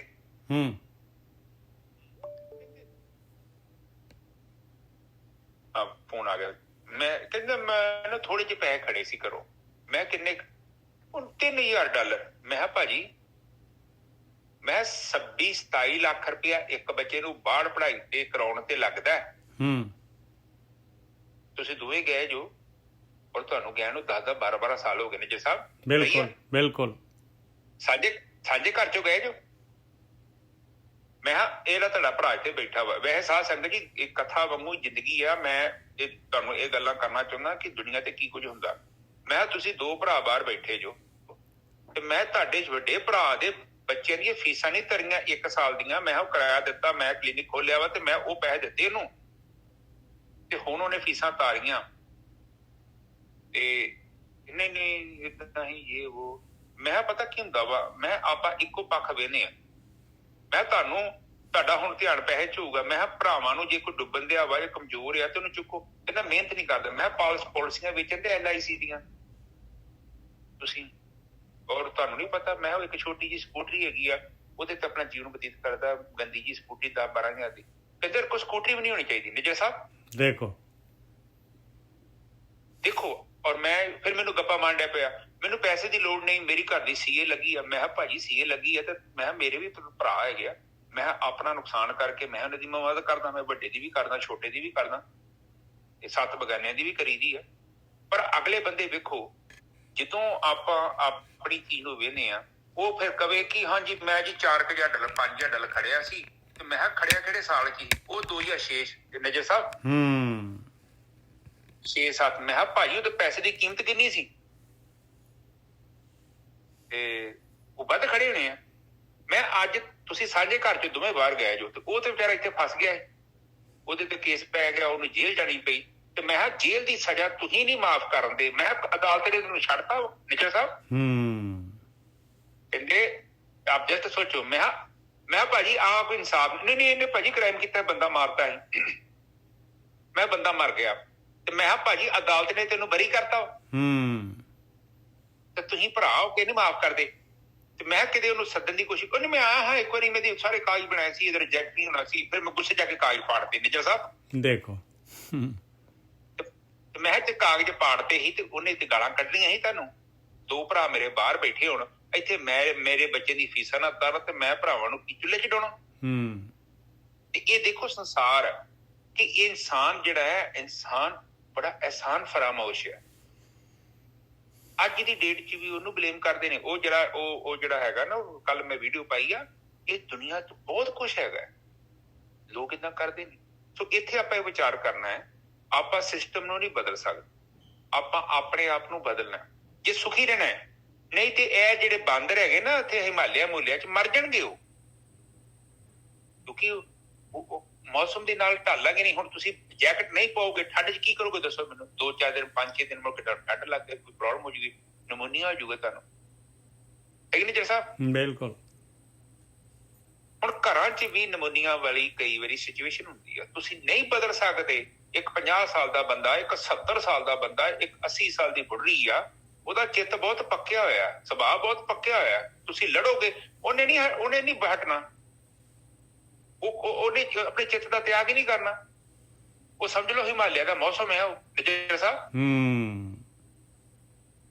ਉੱਥੇ ਸਿਆਣਪ ਇਹ ਆ, ਤੁਸੀਂ ਸਰਵਾਈਵਲ ਟੈਕਨੀਕ ਸਿੱਖਣੀਆਂ ਪੈਣੀਆਂ। ਦੇਖੋ, ਪਾਣੀ ਦੇ ਵਿੱਚ ਉਹ ਬੰਦਾ ਡੁੱਬਦਾ ਹੈ ਜਿਹਨੂੰ ਤੈਰਨਾ ਨਹੀਂ ਆਉਂਦਾ। ਪਾਣੀ ਸਾਨੂੰ ਡੁਬੋਣ ਵਾਸਤੇ ਨਹੀਂ ਪੈਦਾ ਹੋਇਆ। ਉਹ ਤੇ ਕਹਿੰਦਾ ਬਈ ਸਿੱਖ ਲੈ ਤੇ ਤੈਰ ਕੇ ਲੰਘ ਜਾ, ਜੇ ਤੈਨੂੰ ਨਹੀਂ ਆਉਂਦਾ ਤੂੰ ਡੁੱਬ ਜਾਏਗਾ। ਤਾਂ ਬਾਣੀ ਆਪਾਂ ਨੂੰ ਕੀ ਸਿਖਾਉਂਦੀ ਆ ਕਿ ਇਹ ਮਾਇਆ ਰੂਪੀ ਸੰਸਾਰ ਹੈ। ਇਸ ਸੰਸਾਰ 'ਚ ਤੁਸੀਂ ਬਿਨਾਂ ਗ੍ਰਸਤ ਹੋਇਆ, ਬਿਨਾਂ, ਕੱਲ ਕਮਲ ਦੇ ਫੁੱਲ ਦੀ ਗੱਲ ਹੋਈ, ਕਮਲ ਦੇ ਫੁੱਲ ਵਾਂਗੂ ਤੁਹਾਨੂੰ ਆਪਣੇ ਆਪ ਨੂੰ ਉੱਪਰ ਲੈ ਕੇ ਜਾਣਾ ਪਊਗਾ। ਉਸ ਟੈਕਨੀਕ ਨੂੰ ਯੂਜ਼ ਕਰਨਾ ਪਊਗਾ ਕਿ ਕੇਵਲ ਉਹ ਹਿੱਸਾ ਸਾਡਾ ਸੰਸਾਰ 'ਚ ਰਵੇ ਤੇ ਜਿਹੜਾ ਸਾਡਾ ਅੰਤਰਾਕਰਨ ਆ ਉਹ ਸੰਸਾਰ ਤੋਂ ਉੱਪਰ ਉੱਠ। ਇਹ ਛੋਟਾ ਜਿਹਾ ਕੰਮ ਹੈ। ਔਰ ਦੂਜਾ ਕੰਮ, ਤੈਰਨਾ ਸਿੱਖਣਾ ਪਊਗਾ। ਹਾਂ, ਤੈਰਨਾ ਸਿੱਖਣ ਦਾ ਮਤਲਬ ਇਹੋ ਹੀ ਆ, ਤੁਹਾਡੇ ਤੇ ਦੋ ਚੀਜ਼ਾਂ ਨੇ, ਥਿੰਕਿੰਗ ਤੇ ਫੀਲਿੰਗ। ਅਗਲੇ ਨੇ ਕੀ ਕੀਤਾ, ਤੁਸੀਂ ਪਲੀਜ਼ ਪਹਿਲਾਂ ਸੋਚੋ। ਨਿਜਾ ਸਾਹਿਬ, ਥਿੰਕਿੰਗ ਕਰੋ, ਤੇ ਜੇ ਫੀਲਿੰਗ ਲੈ ਗਈ ਤੇ ਫਿਰ ਤੁਹਾਡਾ ਕੰਮ ਹੋ ਗਿਆ। ਫਿਰ ਨਹੀਂ ਜ਼ਿੰਦਗੀ ਸੌਖੀ ਹੋਣੀ, ਬੜੀ ਔਖੀ ਹੋਈ। ਫਿਰ ਤੇ ਬਸ ਫੀਲਿੰਗ ਦਾ ਟੋਕਰਾ ਚੁੱਕੀ ਫਿਰਿਓ। ਉਹ ਕਿਸੇ ਨੇ ਕੁਝ ਪਾਈ ਜਾਣਾ, ਕਿਸੇ ਨੇ ਕੁਝ ਪਾਈ ਜਾਣਾ। ਰਿਮੋਟ ਕੰਟਰੋਲ ਲੋਕਾਂ ਕੋਲ ਆ। ਉਹ ਕਰ ਚਾਹੁਣਗੇ ਤੁਸੀਂ ਹੱਸੋ, ਉਹ ਚਾਹੁਣਗੇ ਤੁਸੀਂ ਰੋਵੋ, ਉਹ ਚਾਹੁਣਗੇ ਤੁਸੀਂ ਉਦਾਸ ਹੋ, ਤੇ ਤੁਸੀਂ ਫਿਰ ਹੁੰਦੇ ਰਹੋ। ਤੇ ਜੇ ਤੁਸੀਂ ਸੁਖੀ ਹੋਣਾ ਚਾਹੁੰਦੇ ਜੋ, ਚੰਗਾ ਜੀਵਨ ਬਤੀਤ ਕਰਨਾ ਚਾਹੁੰਦੇ ਜੋ, ਇਹ ਫੀਲਿੰਗ ਨੂੰ ਨੰਬਰ 2 ਤੇ ਲੈ ਆਓ, ਥਿੰਕਿੰਗ ਨੰਬਰ 1 ਤੇ ਲੈ ਆਓ। ਅਗਲੇ ਨੇ ਕੂੜਾ ਸੁੱਟਿਆ ਤੁਹਾਡੇ ਗਾਰਡਨ ਦੇ ਵਿੱਚ ਤੇ ਤੁਸੀਂ ਉਹਨੂੰ ਸੁੱਟਣ ਦਿੱਤਾ। ਜਿੱਦਾਂ ਆਪਾਂ ਕਿਸੇ ਨੂੰ ਗਿਫਟ ਦਿੰਦੇ ਆ, ਤੁਸੀਂ ਮੇਰੇ ਲਈ ਗਿਫਟ ਲੈ ਕੇ ਆਏ, ਮੈਂ ਨਹੀਂ ਲਿਆ ਤੇ ਕੀ ਹੋਊਗਾ? ਗਿਫਟ ਤੁਹਾਡੇ ਕੋਲ ਰਹਿ ਜਾਣਾ ਵਾ। ਅਗਲੇ ਦੀ ਗੱਲਾਂ ਸੁਣ ਕੇ ਤੁਸੀਂ ਲੈ ਲਈਆਂ, ਫੀਲਿੰਗ 'ਚ ਲੈ ਲਈਆਂ। ਅਗਲਾ ਤਾਂ ਚਾਹੁੰਦਾ ਗੰਦ ਚੁੱਕ ਲਾ, ਤੁਸੀਂ ਚੁੱਕ ਲਓ ਟੋਕਰਾ ਗੰਦ ਦਾ, ਮੁੜ ਕੇ ਚੁੱਕ ਕੇ ਘਰੇ ਲੈ ਆਓ। ਫਿਰ ਬੋ ਆਈ ਜਾਣੀ ਹੈ। ਪਰ ਸਾਨੂੰ ਰੱਬ ਨੇ ਬੁੱਧੀ ਦਿੱਤੀ ਹੈ, ਇੱਕ ਫਿਲਟਰ ਦਿੱਤਾ। ਜਿੱਦਾਂ ਮੋਬਾਇਲ ਦੇ ਉੱਤੇ ਸਕਰੀਨ ਗਾਰਡ ਹੁੰਦਾ ਨਾ, ਉਸੇ ਤਰ੍ਹਾਂ ਸਾਨੂੰ ਬੁੱਧੀ ਦਿੱਤੀ ਆ। ਬੁੱਧੀ ਦਾ ਮਤਲਬ ਦੇਖੋ, ਸਾਡੀਆਂ ਇੰਦਰੀਆਂ ਨੇ। ਆਪਾਂ ਗਲਤ ਖਾਣਾ ਨਿੱਜਰ ਸਾਹਿਬ ਨਹੀਂ ਨਾ ਜਾਣਦੇ ਤੇ ਢਿੱਡ ਦੇ ਅੰਦਰ ਕਿ ਭੇਜ ਦੇਈਦਾ ਨਹੀਂ। ਇਹ ਮਰਜ਼ੀ ਕਿਹਦੀ ਹੈ? ਸਾਡੀ ਹੈ। ਬਿਲਕੁਲ। ਇਹਦਾ ਮਤਲਬ ਅੱਖਾਂ ਦੇ ਰਾਹੀਂ, ਕੰਨਾਂ ਦੇ ਰਾਹੀਂ ਜੇ ਕੋਈ ਚੀਜ਼ ਸੁਣ ਲਈ ਹੈ, ਜੇ ਆਪਾਂ ਬੋ ਵਾਲੀ ਜਗ੍ਹਾ ਤੇ ਖਲੋਨੇ, ਉੱਥੇ ਆਪਾਂ 9 ਤੋਂ 11 ਹੋ ਜਾਂਦੇ ਆ। ਕੁੱਤਾ ਮਰਿਆ ਸੀ ਉਦਣ, ਮੈਂ ਵਾਕ ਕਰਨ ਗਿਆ ਤੇ ਮੈਨੂੰ ਸਮੈਲ ਆਈ। ਨਿੱਜਰ ਸਾਹਿਬ, ਮੈਂ ਸਪੀਡ ਕੀਤੀ, ਨਾਸਾਂ ਬੰਦ ਕੀਤੀਆਂ, 150-200 ਫੁੱਟ ਅੱਗੇ ਲੰਘ ਗਿਆ। ਇਸੇ ਹੀ ਤਰ੍ਹਾਂ ਜਦੋਂ ਸਾਡੇ ਜ਼ਿੰਦਗੀ 'ਚ ਹਾਲਾਤ ਪੈਦਾ ਹੋ ਜਾਂਦੇ ਨੇ, ਕੋਈ ਏਦਾਂ ਦੇ ਹਾਲਾਤ ਨੇ, ਫਿਰ ਉੱਥੇ ਕੀ ਕਰਨਾ ਹੈ? ਉੱਥੇ ਦਿਮਾਗ ਇਸਤੇਮਾਲ ਕਰਨਾ ਹੈ, ਬੁੱਧੀ ਵਰਤਣੀ ਹੈ, ਨਾ ਕਿ ਫੀਲਿੰਗ ਦਾ ਟੋਕਰਾ ਚੁੱਕ ਕੇ ਤੁਰੇ ਫਿਰਨਾ ਵਾ। ਜੇ ਤੁਸੀਂ ਫੀਲਿੰਗ ਚੁੱਕੀ ਨਾ, ਬਾਈ ਗੋਡ ਤੁਹਾਡੀ ਜ਼ਿੰਦਗੀ 'ਚ ਡਿਪਰੈਸ਼ਨ ਆਏਗਾ, ਬਹੁਤ ਦੁਖੀ ਹੋ ਜਾਓਗੇ ਤੁਸੀਂ। ਤੁਹਾਡੇ ਦਿਮਾਗ 'ਚੋਂ ਗੰਦ ਹੀ ਘੁੰਮੀ ਜਾਣਾ। ਤੁਸੀਂ ਬਾਜ਼ਾਰ ਗਏ, ਕਿਸੇ ਨੇ ਮਾੜਾ ਜਿਹਾ ਟਾਇਰ ਲਾਤਾ, ਕੋਈ ਕਹਿ ਦਿੱਤਾ, ਬਸ ਤੁਹਾਡਾ ਦਿਮਾਗ ਉੱਥੇ ਪਹੁੰਚ ਗਿਆ ਫੀਲਿੰਗ ਦੇ ਵਿੱਚ। ਫੀਲਿੰਗ ਜਿਹੜੀ ਆ ਕੁਛ ਨਹੀਂ ਹੈਗੀ। ਫੀਲਿੰਗ ਹੁਣੇ ਹੋ ਰਿਹਾ, 5 ਮਿੰਟ ਬਾਅਦ ਹੋਰ, ਘੰਟੇ ਬਾਅਦ ਹੋਰ, ਇਹ ਬਦਲਦੀ ਰਹਿੰਦੀ ਹੈ, ਇਹ ਪਰਮਾਨੈਂਟ ਨਹੀਂ ਹੈਗੀ। ਸੋ ਇਹ ਅੱਜ ਦੀ ਗੱਲ ਮੇਰੀ ਧਿਆਨ 'ਚ ਰੱਖਣੀ ਆ ਆਪਨੇ, ਪਲੀਜ਼ ਇਹਨੂੰ ਇਸਤੇਮਾਲ ਕਰਨਾ।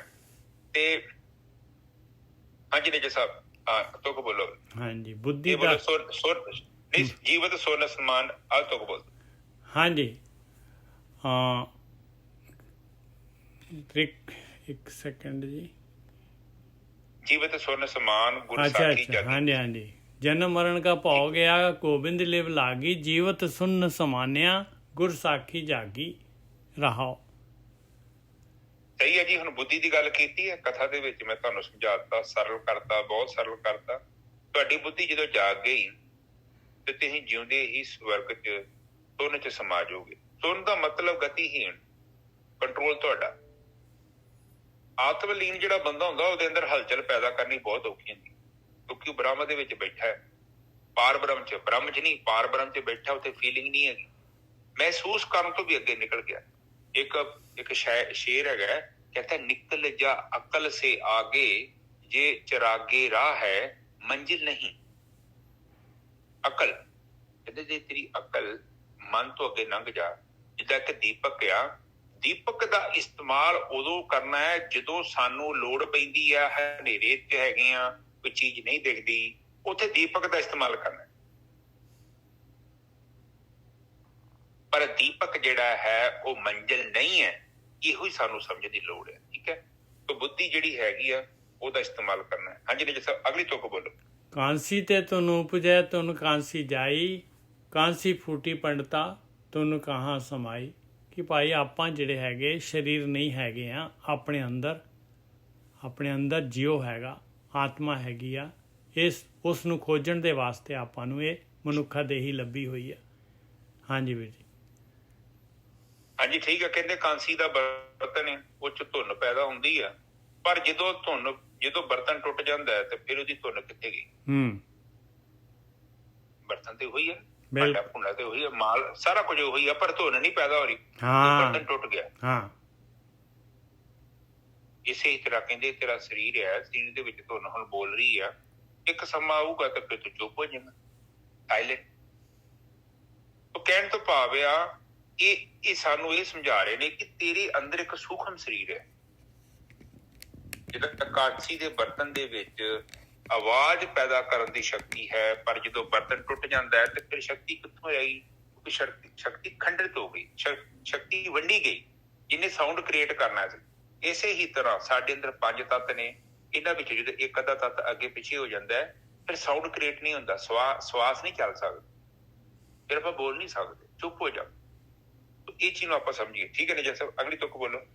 ਤ੍ਰਿਕੁਟੀ ਸੰਧ ਮੈਂ ਪੇਖਿਆ, ਘਟ ਹੂੰ ਘਟ ਜਾਗੀ। ਆਹ ਹੈਗਾ ਭਾਈ ਤੈਰਨਾ। ਹੁਣ ਦੇਖੋ ਇੱਥੇ ਗੱਲ ਕਬੀਰ ਜੀ ਜਿਹੜੇ ਤ੍ਰਿਕੁਟੀ ਸੰਧ ਮੈਂ ਪੇਖਿਆ, ਘਟ ਹੂੰ ਘਟ ਜਾਗੀ, ਤੇ ਮੈਂ ਇਹਨੂੰ ਕਹਿ ਰਿਹਾ ਕਿ ਤੈਰਨਾ ਜਿਹੜਾ ਹੁਣੇ ਗੋਰਕੀ ਸਾਹਿਬ ਕਹਿ ਰਹੇ ਸੀ, ਉਹ ਤੈਰਨੇ ਦੀ ਗੱਲ ਹੋ ਰਹੀ ਆ ਭਾਈ। ਤ੍ਰਿਕੁਟੀ ਸੰਧ ਮੈਂ ਪੇਖਿਆ, ਕਹਿੰਦੇ ਜਦ ਮੈਂ ਪ੍ਰਾਣ ਸ਼ਕਤੀ ਜਿਹੜੀ ਹੈਗੀ ਆ ਇਹ ਮੂਲਾਧਾਰ ਚੱਕਰ ਤੋਂ ਉੱਥੋਂ ਚੱਕ ਕੇ ਉੱਪਰ ਲੈ ਕੇ ਗਿਆ ਦਸਮ ਦੁਆਰ 'ਤੇ ਤ੍ਰਿਕੁਟੀ ਦੇ ਉੱਤੇ, ਉਹਨੂੰ ਸੰਨਿਆ, ਉਹਨੂੰ ਵਿੰਨਿਆ, ਮਤਲਬ ਤੈਰਨਾ ਸਿੱਖ ਲਿਆ ਮੈਂ, ਡੁੱਬਿਆ ਨਹੀਂ। ਆਪਾਂ ਡੁੱਬੇ ਰਹਿੰਦੇ ਕਾਮ ਕ੍ਰੋਧ ਲੋਭ ਮੋਹ ਹੰਕਾਰ ਦੇ ਵਿੱਚ। ਤ੍ਰਿਕੁਟੀ ਸੰਧ ਮੈਂ ਪੇਖਿਆ, ਘਟ ਹੂੰ ਘਟ ਜਾਗੀ। ਮੈਨੂੰ ਤਾਂ ਇਹ ਪਤਾ ਲੱਗ ਗਿਆ ਭਾਈ ਵੀ ਹਰੇਕ ਘਟ ਦੇ ਵਿੱਚ ਜਾਗਤ ਜੋਤ ਆ, ਮਾਲਕ ਪਰਮਾਤਮਾ ਦੀ ਜੋਤ ਆ। ਇਹ ਜੋਤ ਹੈਗੀ ਜਿਹੜੀ ਜਿਉਂਦੀ ਹੈ, ਇਹਨੇ ਤਾਂ ਮਰਨਾ ਹੀ ਨਹੀਂ ਹੈ, ਇਹ ਤਾਂ ਜਨਮ ਮਰਨ ਦੇ ਗੇੜ 'ਚ ਹੈ ਹੀ ਨਹੀਂ, ਇਹ ਤਾਂ ਮਰਨ ਵਾਲੀ ਹੈ ਹੀ ਨਹੀਂ ਚੀਜ਼।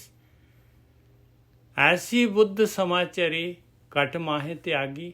ਫਿਰ ਕਹਿੰਦੇ ਮੈਂ ਜਿਹੜਾ ਹੈਗਾ, ਮੈਂ ਜਿਹੜਾ ਕਾਮ ਕ੍ਰੋਧ ਲੋਭ ਮੋਹ ਹੰਕਾਰ, ਇਹ ਸਵਾਦ ਜਿਹੜਾ ਚੋਗਾ ਹੋਇਆ ਸੀਗਾ, ਜੋ ਮਾਇਆ ਖਿਲਰੀ ਹੋਈ ਸੀਗੀ, ਮੈਂ ਕਿਹਾ ਇਹ ਕੀ ਹੈ, ਇਹ ਤਾਂ ਹੈ ਹੀ ਨਹੀਂ ਮੇਰੇ ਕੰਮ ਦੀ ਚੀਜ਼, ਇਹਨੂੰ ਤਾਂ ਓਨਾ ਕੀ ਲਓ ਜਿੰਨੀ ਕਿ ਯੂਜ਼ਫੁਲ ਹੈਗੀ ਆ। ਬਾਕੀ ਕਹਿੰਦੇ ਆ ਮੈਂ ਜਿਹੜਾ ਹੈਗਾ ਉਹ ਐਸੀ ਬੁੱਧੀ ਵਿਵੇਕ ਬੁੱਧੀ ਆ ਗਈ ਬਈ ਜੋ ਇਹ ਗਿਆਨ ਕਹਿ ਰਿਹਾ, ਮੈਂ ਉਹ ਕਾਰਵਾਈ ਸ਼ੁਰੂ ਕਰ ਦਿੱਤੀ। ਬਸ ਮੈਂ ਸਰੀਰ ਦੇ ਵਿੱਚ ਹੀ ਤਿਆਗੀ ਹੋ ਗਿਆ। ਹੁਣ ਮੈਨੂੰ ਤਿਆਗੀ ਬਣਨ ਵਾਸਤੇ ਕੁਛ ਜਿਹੜਾ ਦਾਨ ਪੁੰਨ ਨਹੀਂ ਕਰਨਾ ਪੈਂਦਾ। ਹਾਂਜੀ ਵੀਰ ਜੀ। ਹਾਂਜੀ ਠੀਕ ਹੈ ਜੀ। ਹੁਣ ਕਹਿੰਦੇ ਕਿ ਤ੍ਰਿਕੁਟੀ ਸੰਧ ਮੈਂ ਪੇਖਿਆ, ਘਟ ਹੂੰ ਘਟ ਜਾਗੀ। ਹੁਣ ਜਦੋਂ ਦੇਖੋ ਤ੍ਰਿਕੋਟੀ ਦਾ ਮਤਲਬ ਇਹੋ ਹੀ ਆ, ਤੁਹਾਡੇ ਦੋਨੋਂ ਭਰੋਟਿਆਂ ਦੇ ਵਿਚਕਾਰਲੀ ਜਗ੍ਹਾ, ਜਦੋਂ ਪ੍ਰਾਣ ਊਰਜਾ ਉੱਪਰ ਜਾਏਗੀ ਬਿਲਕੁਲ ਤੁਹਾਡੇ ਖੋਪੜੀ ਨਾਲ ਟਕਰਾਏਗੀ, ਜਿੱਥੇ ਆਪਾਂ ਜੂੜਾ ਬੰਨ੍ਹਦੇ ਆ, ਉਸ ਨੂੰ ਟਕਰਾ ਕੇ ਫਿਰ ਇਹਨੇ ਅੱਗੇ ਆ ਜਾਣਾ, ਤੁਹਾਡੇ ਜਿੱਥੇ ਵਾਲ ਖਤਮ ਹੁੰਦੇ, ਮੱਥਾ ਸ਼ੁਰੂ ਹੁੰਦਾ, ਉਹਦੇ ਨਾਲ ਟਕਰਾ ਕੇ ਥੱਲੇ ਆਊਗੀ। ਥੱਲੇ ਦੋਨੋਂ ਭਰੋਟਿਆਂ ਦੇ ਵਿਚਕਾਰ ਜਿਹੜਾ ਹੱਡੀ ਜਿੰਦਰੋਂ ਵਧੀ, ਉਹਦੇ ਨਾਲ ਵੱਜ ਕੇ ਅੰਦਰ ਜਾਣਾ। ਠੀਕ ਹੈ, ਇਹ ਜਿਹੜਾ ਅਨੁਭਵ ਆ ਤੁਹਾਨੂੰ ਕੁਝ ਮਹੀਨੇ ਸਾਧਨਾ ਕਰਕੇ ਹੋ ਜਾਏਗਾ। ਫਿਰ ਇੱਥੇ ਇਹਨੇ ਕੁਝ ਮਹੀਨੇ ਸੁਖਮਨਾ ਪਹਿਲਾਂ ਪ੍ਰਗਟ ਹੋਵੇਗੀ, ਸੁਖਮਨਾ ਦਾ ਪ੍ਰਕਾਸ਼, ਇੱਥੇ ਆ ਕੇ ਉਹਨੇ ਈੜਾ ਤੇ ਪਿੰਗਲਾ ਦਾ ਦਰਵਾਜ਼ਾ ਖੋਲਣਾ ਹੈ। ਜਦੋਂ ਈੜਾ ਤੇ ਪਿੰਗਲਾ ਦਾ ਦਰਵਾਜ਼ਾ ਖੁੱਲਿਆ, ਤੁਹਾਡੇ ਢਿੱਡ ਦੇ ਵਿੱਚ ਝਟਕੇ ਲੱਗਣੇ ਨੇ ਬਹੁਤ ਸਾਰੇ, ਢਿੱਡ ਕਿਤੇ ਅੱਗੇ ਕਿਤੇ ਪਿੱਛੇ, ਤੇ ਇਸੇ ਤਰ੍ਹਾਂ ਦੀ ਅਵਸਥਾ ਰਹੇਗੀ, ਕਿਉਂਕਿ ਪ੍ਰਾਣ ਊਰਜਾ ਜਿਹੜੀ ਆ ਪ੍ਰਗਟ ਹੋ ਰਹੀ ਆ, ਜਿੱਦਾਂ ਫੁਹਾਰਾ ਚੱਲਦਾ ਨਾ, ਉਸੇ ਹੀ ਤਰ੍ਹਾਂ ਤੁਹਾਡੇ ਅੰਦਰ ਪ੍ਰਾਣ ਦਾ ਖਜ਼ਾਨਾ ਹੈ। ਛੋਟੇ ਬੱਚਿਆਂ 'ਚ ਹੁੰਦਾ ਵਾ, ਪਰ ਛੋਟਾ ਬੱਚਾ ਜਿੱਦ ਕਰਕੇ, ਆਪਣੇ ਸੁਭਾਅ ਦੇ ਕਰਕੇ, ਜਦੋਂ ਚਿੱਤ ਪ੍ਰਗਟ ਹੋ ਜਾਂਦਾ ਹੈ, ਉਹ ਫਿਰ ਬੱਚਾ ਇੱਕ ਸੰਸਕਾਰਾਂ 'ਚ ਗ੍ਰਸਤ ਹੋ ਜਾਂਦਾ, ਉਹਦੇ ਨਾਲ ਹੌਲੀ ਹੌਲੀ ਕਰਕੇ ਚੇਤਨਾ ਸ਼ਾਂਤ ਹੋ ਜਾਂਦੀ ਹੈ। ਚੇਤਨਾ ਦਾ ਜਿਹੜਾ ਦੀਪਕ ਆ, ਉਹਨਾਂ ਪ੍ਰਕਾਸ਼ਮਾਨ ਨਹੀਂ ਰਹਿ ਜਾਂਦਾ, ਘਟ ਜਾਂਦਾ ਉਹਦਾ ਪ੍ਰਕਾਸ਼, ਕਿਉਂਕਿ ਦੱਬ ਦਿੱਤਾ। ਹੁਣ ਫੁਹਾਰੇ ਤੇ ਪੱਥਰ ਸੁੱਟੀ ਜਾਓ। ਇੱਕ ਸਮਾਂ ਆਊਗਾ ਥੋੜਾ ਜਿਹਾ ਪਾਣੀ ਨਿਕਲੂਗਾ, ਫਿਰ ਫੁਹਾਰਾ ਨਹੀਂ ਰਹਿ ਜਾਣਾ, ਉਹਨੇ ਕੁਛ ਹੋਰ ਬਣ ਜਾਣਾ। ਇਹ ਤ੍ਰਿਕੋਟੀ ਦੇ ਵਿੱਚ ਜਦੋਂ ਇੱਥੇ ਮੱਥੇ ਜਾ ਕੇ ਪ੍ਰਕਾਸ਼ ਟਕਰਾਇਆ, ਫਿਰ ਪ੍ਰਕਾਸ਼ ਦਾ ਅੰਦਰ ਜਾਊਗਾ ਸੈਂਟਰ ਬ੍ਰੇਨ ਚ, ਫਿਰ ਇਹਨੇ ਸਾਰੇ ਦਿਮਾਗ ਚ ਘੁੰਮਣਾ, ਸੱਜੇ ਖੱਬੇ ਅੱਗੇ ਪਿੱਛੇ। ਇਹਨੇ ਕੀ ਕਰਨਾ ਹੈ ਕਿ ਤੁਹਾਡੇ ਬ੍ਰੇਨ ਦੀ ਸਰਜਰੀ ਕਰਨੀ ਹੈ। ਪਹਿਲਾਂ ਦੇਖੋ, ਸੂਖਮ ਸਰੀਰ ਤੇ ਸਥੂਲ ਸਰੀਰ ਵੱਖ ਨਹੀਂ ਹੈਗੇ। ਤੁਹਾਨੂੰ ਕਿਸੇ ਦੀ ਗੱਲ ਨੇ ਪ੍ਰਭਾਵਿਤ ਕੀਤਾ ਹੈ, ਕਿਸੇ ਨੇ ਮਾੜਾ ਚੰਗਾ ਬੋਲਤਾ ਹੈ, ਤੇ ਤੁਹਾਡਾ ਸਰੀਰ ਵੀ ਇੱਕਦਮ ਉਦਾਸ ਹੋ ਜਾਏਗਾ। ਨਿਜਾ ਸਾਹਿਬ ਸਹੀ ਹੈ? ਬਿਲਕੁਲ। ਜਦ ਗੁੱਸਾ ਆਉਂਦਾ ਹੈ ਤੇ ਸਰੀਰ ਵੀ ਦੇਖ ਲਓ ਕਿਵੇਂ ਜਿਹੜਾ ਹੈਗਾ, ਸਰੀਰ ਪੂਰਾ ਦਾ ਪੂਰਾ ਹਰਕਤ 'ਚ ਆ ਜਾਂਦਾ ਹੈ। ਹਾਂ, ਜੇ ਤੁਹਾਡੇ ਸਰੀਰ ਨੂੰ ਬੁਖਾਰ ਹੋ ਗਿਆ ਤੇ ਤੁਹਾਡਾ ਮਨ ਉਦਾਸ ਹੋ ਜਾਏਗਾ। ਠੀਕ ਹੈ? ਹੁਣ ਤੁਹਾਡੇ ਸਰੀਰ 'ਚ ਕਸ਼ਟ ਆ, ਕੋਈ ਬਿਮਾਰੀ ਹੈ, ਮਨ ਖੁਸ਼ ਹੈ, ਕਦੇ ਲੁੱਟੀਆਂ ਪਾਊਗਾ? ਨਹੀਂ, ਉਹਨੇ ਵੀ ਉਦਾਸ ਹੋ ਜਾਣਾ। ਇਹ ਦੋਵੇਂ ਇਕੱਠੇ ਆ। ਇਹ ਚੀਜ਼ ਨੂੰ ਆਪਣੀ ਸਮਝੋ। ਮਨ ਤੇ ਸਰੀਰ ਕੋਈ ਵੱਖਰਾ ਨਹੀਂ ਹੈਗਾ। ਮਨ ਤੁਹਾਡੇ ਸਰੀਰ 'ਚ ਫੈਲਿਆ ਹੋਇਆ ਹੈ, ਸਾਰੇ 'ਚ ਇੰਦਰੀਆਂ ਦੇ ਰਾਹੀਂ ਉਹ ਇੱਧਰ ਉੱਧਰ ਘੁੰਮਦਾ ਹੈ। ਸੋ ਇੱਥੇ ਆਪਾਂ ਤ੍ਰਿਕੁਟੀ ਦੀ ਗੱਲ ਕਰਦੇ ਹਾਂ। ਜਦੋਂ ਘੱਟ ਦੇ ਵਿੱਚ ਚੀਜ਼ ਪ੍ਰਗਟ ਹੋ ਜਾਣੀ ਆ ਤੇ ਫਿਰ ਤੁਹਾਨੂੰ ਗਿਆਨ ਹੋਣਾ ਹੈ। ਅਗਲੇ ਬੰਨੇ ਦੇਖੋ, ਜਿੰਨਾ ਚਿਰ ਤੱਕ ਤੁਹਾਡੇ ਅੰਦਰ ਪ੍ਰਕਾਸ਼ ਨਹੀਂ ਪੈਦਾ ਹੁੰਦਾ, ਉਹਨਾਂ ਚਿਰ ਤੱਕ ਕਾਮ, ਕ੍ਰੋਧ, ਲੋਭ, ਮੋਹ, ਹੰਕਾਰ ਤੋਂ, ਰਾਗ, ਕ੍ਰੋਧ, ਦਵੇਸ਼ ਤੋਂ ਤੁਹਾਨੂੰ ਮੁਕਤੀ ਪ੍ਰਾਪਤ ਨਹੀਂ ਹੋ ਸਕਦੀ। ਬਿਲਕੁਲ, ਇਟਸ ਨਾਟ ਪੋਸੀਬਲ। ਬੱਤੀ ਨਹੀਂ ਆਈ, ਪੱਖਾ ਕਿੱਥੇ ਚੱਲੂਗਾ? ਬਿਲਕੁਲ। ਟੀਵੀ ਕਿੱਥੇ ਚੱਲੂਗਾ? ਫ੍ਰਿਜ ਕਿੱਥੋਂ ਚੱਲੂਗੀ? ਏਸੀ ਕਿੱਥੋਂ ਚੱਲੂਗਾ? ਬੱਤੀ ਨਹੀਂ ਆਈ। ਬੱਤੀ ਚਾਹੀਦੀ ਹੈ। ਬੱਤੀ ਥੱਲੇ ਦੇਖੋ, ਉੱਥੇ ਕਹਿੰਦੇ ਨੇ ਕਿ ਤ੍ਰਿਕੋਟੀ 'ਚ ਜਦੋਂ ਮੈਂ ਵਿੰਨ ਦਿੱਤਾ ਉਹਨੂੰ ਪ੍ਰਕਾਸ਼ ਦੇ ਨਾਲ, ਈੜਾ, ਪਿੰਗਲਾ ਤੇ ਸੁਖਮਨਾ ਦਾ ਪ੍ਰਕਾਸ਼ ਇਕੱਠਾ ਜੋ ਕੇ ਜਦੋਂ ਤ੍ਰਿਵੇਣੀ ਸੰਗਮ ਹੁੰਦਾ ਹੈ ਨਾ, ਪ੍ਰਾਗ ਦੇ ਵਿੱਚ ਤ੍ਰਿਵੇਣੀ ਸੰਗਮ ਹੁੰਦਾ, ਬਾਣੀ ਸਾਰੀ ਉਹ ਚੀਜ਼ ਨਾਲ ਭਰੀ ਹੈ। ਇਹ ਲੋਕਾਂ ਨੇ ਗੱਪਾਂ ਮਾਰ ਕੇ ਕਹਿੰਦੇ ਕਿ ਯੋਗ ਮਾਤੇ, ਯੋਗ ਜੂਗ ਕੁਛ ਨਹੀਂ ਆ। ਇਹ 3 ਚਾਬੀਆਂ ਤੁਹਾਡੇ ਅੰਦਰ ਲੱਗਣੀਆਂ ਨੇ। ਬੱਜਰ ਕਪਾਟ ਉਹਦੇ ਨਾਲ ਖੁੱਲਣਾ ਹੈ। ਸਭ ਤੋਂ ਪਹਿਲਾਂ ਸੁਖਮਨਾ ਪ੍ਰਗਟ ਹੋਏਗੀ। ਸੁਖਮਨਾ ਨੇ ਕੀ ਕਰਨਾ ਹੈ? ਸੁਖਮਨਾ ਦੇ 2 ਚੱਕਰ ਨੇ। ਇੱਕ ਚੱਕਰ ਹੈਗਾ ਰੀੜ੍ਹ ਦੀ ਹੱਡੀ ਦੇ ਮਗਰ, ਮੂਲਾਧਾਰ ਚੱਕਰ। ਉਸ ਤੋਂ ਬਾਅਦ ਦੂਜਾ ਚੱਕਰ ਹੈਗਾ ਤੁਹਾਡੀ ਜਨਨ ਇੰਦਰੀ ਤੇ ਨਾਭੀ ਦੇ ਵਿਚਕਾਰ। ਦੂਜਾ ਚੱਕਰ ਜਦੋਂ ਪ੍ਰਗਟ ਹੋਇਆ, ਫਿਰ ਤੁਹਾਡਾ ਅੰਦਰੋਂ ਪ੍ਰਕਾਸ਼ ਤਾਂ ਚੜੂਗਾ ਛਾਤੀ ਦੇ ਉੱਤੇ, ਜਿੱਥੇ ਹੱਡੀਆਂ ਜੀ ਨਹੀਂ ਬਣੀਆਂ, ਜਿੱਥੇ ਆਪਣੀ ਕੇਜ ਕਹਿੰਦੇ, ਰਿਬ ਕੇਜ, ਉਹਦੇ ਨਾਲ ਟਕਰਾ ਕੇ ਅੰਦਰ ਜਾਊਗਾ। ਇਹ ਤਿੰਨੇ ਇਕੱਠੀਆਂ ਨਹੀਂ ਹੁੰਦੀਆਂ। ਇਹਨਾਂ ਤਿੰਨਾਂ ਦਾ ਤ੍ਰਿਵੇਣੀ ਸੰਗਮ ਜਿਹੜਾ ਵਾ ਤ੍ਰਿਕੋਟੀ 'ਚ ਹੁੰਦਾ। ਵੱਜ ਕੇ ਅੱਗੇ ਆਉਣਗੀਆਂ, ਤਿੰਨਾਂ ਦਾ ਸੰਗਮ ਹੋ ਜਾਊਗਾ। ਉੱਥੇ ਬੱਜਰ ਕਪਾਟ ਖੁੱਲਣਗੇ। ਬੱਜਰ ਕਪਾਟ ਖੁੱਲਣ ਦਾ ਮਤਲਬ ਇਹ ਹੈ ਕਿ ਤੁਹਾਡੇ ਅੰਦਰ ਵਿਵੇਕ ਬੁੱਧੀ ਪੈਦਾ ਹੋਣੀ ਹੈ। ਇਹ ਦੇਖੋ ਨਾ, ਲਿਖਿਆ ਨੇ, ਐਸੀ ਬੁੱਧੀ ਸਮਾਚਰੀ ਘਟ ਮਾਹੇ ਤਿਆਗੀ, ਹਨਾ? ਬਿਲਕੁਲ। ਫਿਰ ਤੇ ਫਿਰ ਬੁਰੀ ਮਤ ਵਿਕਾਰਾਂ ਦਾ ਨਿਜਾ ਸਾਹਿਬ ਉਹਨਾਂ 'ਚ ਤਿਆਗ ਨਹੀਂ ਹੋਇਆ। ਵੇਖੋ, ਉਹਨਾਂ ਨੇ ਪਹਿਲਾਂ ਨਹੀਂ ਕਹਿਤਾ ਕਿ ਪਹਿਲਾਂ ਵੀ ਵਿਚਾਰ ਛੱਡਦੇ ਆ। ਬਿਲਕੁਲ, ਇਹ ਪ੍ਰਗਟ ਹੋਈ ਹੈ। ਹਾਂ, ਇੱਥੇ ਤਿਆਗੀ ਬਣਿਆ ਹੈ ਭਾਈ। ਦੇਖੋ, ਇੱਕ ਚੀਜ਼ ਨੂੰ ਆਪ ਸਮਝਿਆ, ਬਾਣੀ ਕਿੰਨੀ ਪਾਵਰਫੁਲ ਹੈ। ਇਹ ਮੂਰਖ ਤੁਹਾਨੂੰ ਕਹੀ ਜਾਂਦੇ ਕਿ ਔਗਣਾ ਦਾ ਤਿਆਗ ਕਰ ਦੋ। ਹੈ ਕੀ ਕਹਿੰਦੇ ਨੇ? ਨਹੀਂ, ਪਹਿਲਾਂ ਉੱਤਰਲੀ ਕਾਰਵਾਈ ਹੋਊਗੀ, ਉਸ ਤੋਂ ਬਾਅਦ ਹੀ ਉਹ ਚੀਜ਼ ਤਿਆਗੇ ਜਾਣਗੇ। ਕਿਉਂਕਿ ਤਿਆਗਣ ਵਾਲਾ ਤੇ ਤਿਆਗੀ ਕੋਈ ਵੱਖਰਾ ਨਹੀਂ ਆ। ਭੋਗੀ ਵੀ ਉਹ ਆ, ਜੋਗੀ ਵੀ ਉਹ ਆ। ਪਰ ਜਿਹੜੀ ਚੀਜ਼ ਨਹੀਂ ਹੈਗੀ ਉਹਨੂੰ ਦੇਣੀ ਪੈਣੀ ਆ, ਫਿਰ ਉਹਦਾ ਤਿਆਗ ਕਰੂਗਾ। ਜੇ ਤੁਸੀਂ ਛੋਟੇ ਬੱਚੇ ਨੂੰ ਕਹਿ ਦੋ ਕਿ ਇਹ ਖਿਲਾਉਣਾ ਛੱਡ ਦੇ, ਉਹ ਛੱਡਦਾ? ਉਹ ਕਹਿੰਦਾ ਇੱਕ ਤੇ ਮੇਰੇ ਕੋਲ ਖਿਲਾਉਣਾ ਮੈਂ ਤੈਨੂੰ ਕਿ ਦੇਣਾ ਨਹੀਂ ਦਊਂਗਾ। ਉਹਨੂੰ ਵੱਡਾ ਖਿਲਾਉਣਾ ਦੇ ਦੋ, ਛੋਟਾ 1 ਮਿੰਟ ਚ ਲਾਊਗਾ ਦੇਣ ਲਈ। ਬਿਲਕੁਲ। ਮਨ ਵੀ ਬਿਨਾਂ ਸੁੱਖ ਤੋਂ ਤੁਹਾਨੂੰ ਐ ਨਹੀਂ ਕਹਿੰਦਾ ਕਿ ਮੈਂ ਤਿਆਗ ਕਰ ਦੂੰ, ਕਿਉਂਕਿ ਉਹਨੂੰ ਸੰਸਾਰ 'ਚ ਸੁੱਖ ਲੱਗਦੇ ਨੇ। ਉਹ ਤੇ ਭੱਜਾ ਭੁੱਜਾ ਫਿਰਦਾ, ਕਿੱਦਾਂ ਰਾਤ ਨੂੰ 3 ਵਜੇ 2 ਵਜੇ ਫਲੈਟਾਂ 'ਚ ਤੁਰਿਆ ਫਿਰਦਾ। ਕੀ ਕਰਦਾ ਫਿਰਦਾ? ਇਹੋ ਹੀ ਆ, ਸੁੱਖ ਚਾਹੀਦੇ ਨੇ। ਇਸ ਕਰਕੇ ਛੋਟਾ ਮੋਟਾ ਦੁੱਖ ਵੀ ਚੱਲ ਲੈਂਦਾ ਉਹ। ਜੇ ਦੁੱਖ ਆਪਾਂ ਚੱਲਦੇ ਹਾਂ ਨਾ ਤੇ ਉਹਦੇ ਮਗਰ ਸਾਡਾ ਵੱਡਾ ਸੁੱਖ ਆ, ਇਸ ਕਰਕੇ ਆਪਾਂ ਭੱਜੇ ਫਿਰਦੇ ਹਾਂ। ਨਿਜਰ ਸਾਹਿਬ ਸਹੀ ਹੈ ਗੱਲ? ਬਿਲਕੁਲ ਠੀਕ ਹੈ ਜੀ। ਹੁਣ ਜੇ 12-16 ਸਾਲ ਬੰਦਾ ਪੜ੍ਹਦਾ ਹੈ, ਕਿਹੜੀ ਲਈ ਪੜ੍ਹਦਾ? ਉਹਨੂੰ ਪਤਾ ਹੈ ਕੱਲ ਨੂੰ ਅਫਸਰ ਲੱਗੂਗਾ ਤੇ ਪੈਸੇ 4 ਕਮਾਊਂਗਾ ਤੇ ਫਿਰ ਜਿਹੜਾ ਮੇਰਾ ਸੁਖੀ ਜੀਵਨ ਹੋ ਜਾਊਗਾ। ਹੋਰ ਆਪਾਂ ਕੀ ਕਰਦੇ ਫਿਰਦੇ? 10-10 ਸਾਲ ਲੋਕੀ ਪੜ੍ਹਾਈਆਂ ਕਰਦੇ ਆ, ਕੋਈ ਡਾਕਟਰ ਬਣਨੀ ਪਤਾ ਨਹੀਂ ਕਿੰਨੇ ਔਖੇ ਸਮੇਂ ਵਿੱਚ ਲੰਘਣਾ ਪੈਂਦਾ। ਉਹਨੂੰ ਪਤਾ ਜਿੱਦਾਂ ਇੱਕ ਦਿਨ ਮੈਂ ਡਾਕਟਰ ਬਣ ਜਾਏਗਾ ਤੇ ਸਾਰਾ ਕੁਝ ਵਾਪਸ ਹੋਣਾ ਹੈ। ਇਸ ਲਈ ਮਨ ਕੀ ਕਰਦਾ ਹੈ? ਛੋਟੇ ਮੋਟੇ ਦੁੱਖ ਵੀ ਝੱਲ ਲੈਂਦਾ, ਕਿਉਂਕਿ ਵੱਡੇ ਸੁੱਖ ਦੀ ਇਹਨੂੰ ਲਾਲਸਾ ਹੈ। ਇਹਨੂੰ ਪਤਾ ਹੈ ਵੱਡਾ ਭੋਗ ਕਰਾਂਗਾ, ਛੋਟੇ ਭੋਗ ਦਾ ਤਿਆਗ ਕਰ ਦਿੰਦਾ। ਇਹ ਨਾ ਸੋਚੋ ਕਿ ਤਿਆਗੀ ਹੈ, ਇਹਨੇ ਕੰਪਰੋਮਾਈਜ਼ ਕਰ ਲਿਆ ਕਿ ਵੱਡੀ ਚੀਜ਼ ਮਿਲੇਗੀ ਮੈਨੂੰ। ਹਾਂਜੀ, ਇਹ ਦੇਖੋ ਅਗਲੀ ਤੁਕ ਬੋਲੀਏ, ਕਹਿੰਦੇ ਐਸੀ ਬੁੱਧ ਸਮਾਚਰੀ ਘਟ ਮੈਂ ਤਿਆਗੀ। ਜਿੱਦੋਂ ਤੁਸੀਂ ਉਸ ਬੁੱਧੀ ਨੂੰ ਪਿਆਰ ਪ੍ਰਾਪਤ ਕਰ ਲਿਆ ਨਿੱਜਰ ਸਾਹਿਬ, ਫਿਰ ਵਿਕਾਰਾਂ ਤੋਂ ਮੁਕਤੀ ਮਿਲ ਜਾਏਗੀ। ਇੱਕ ਚੀਜ਼ ਹੋ ਰਿਹਾ ਗੋਰਖੀ ਸਾਹਿਬ, ਸਮਾਚਾਰੀ ਜਿਹਦਾ ਮੀਨਿੰਗ ਹੈ, ਇਹ ਵਰਡ ਬਹੁਤ ਜ਼ਰੂਰੀ ਹੈਗਾ। ਸਮਾਚਾਰੀ ਦਾ ਮਤਲਬ ਆ ਅੰਦਰੋਂ ਪੈਦਾ ਹੋ ਗਈ, ਉਪਜ ਗਈ। ਹਾਂਜੀ ਵੀਰ ਜੀ। ਫਿਰ ਵੇਖ ਲਓ ਕੁੰਡੀ ਦੀ ਗੱਲ, ਨੁਕਤੇ ਦੀ ਗੱਲ, ਕਿ ਕੋਈ ਬਾਹਰੋਂ ਕਿਤਾਬਾਂ ਪੜ੍ਹਿਆ ਨਹੀਂ ਜੋ ਹੋਣੀ। ਗਿਆਨ ਜਿਹੜਾ ਹੈ ਨਾ ਸਾਡਾ ਨਿੱਜ ਸਰੂਪ ਆ, ਬਿਲਕੁਲ ਆਪਣਾ ਗਿਆਨ ਆਏਗਾ, ਬਿਲਕੁਲ ਪਿਓਰ। ਹਾਂਜੀ ਵੀਰ ਜੀ।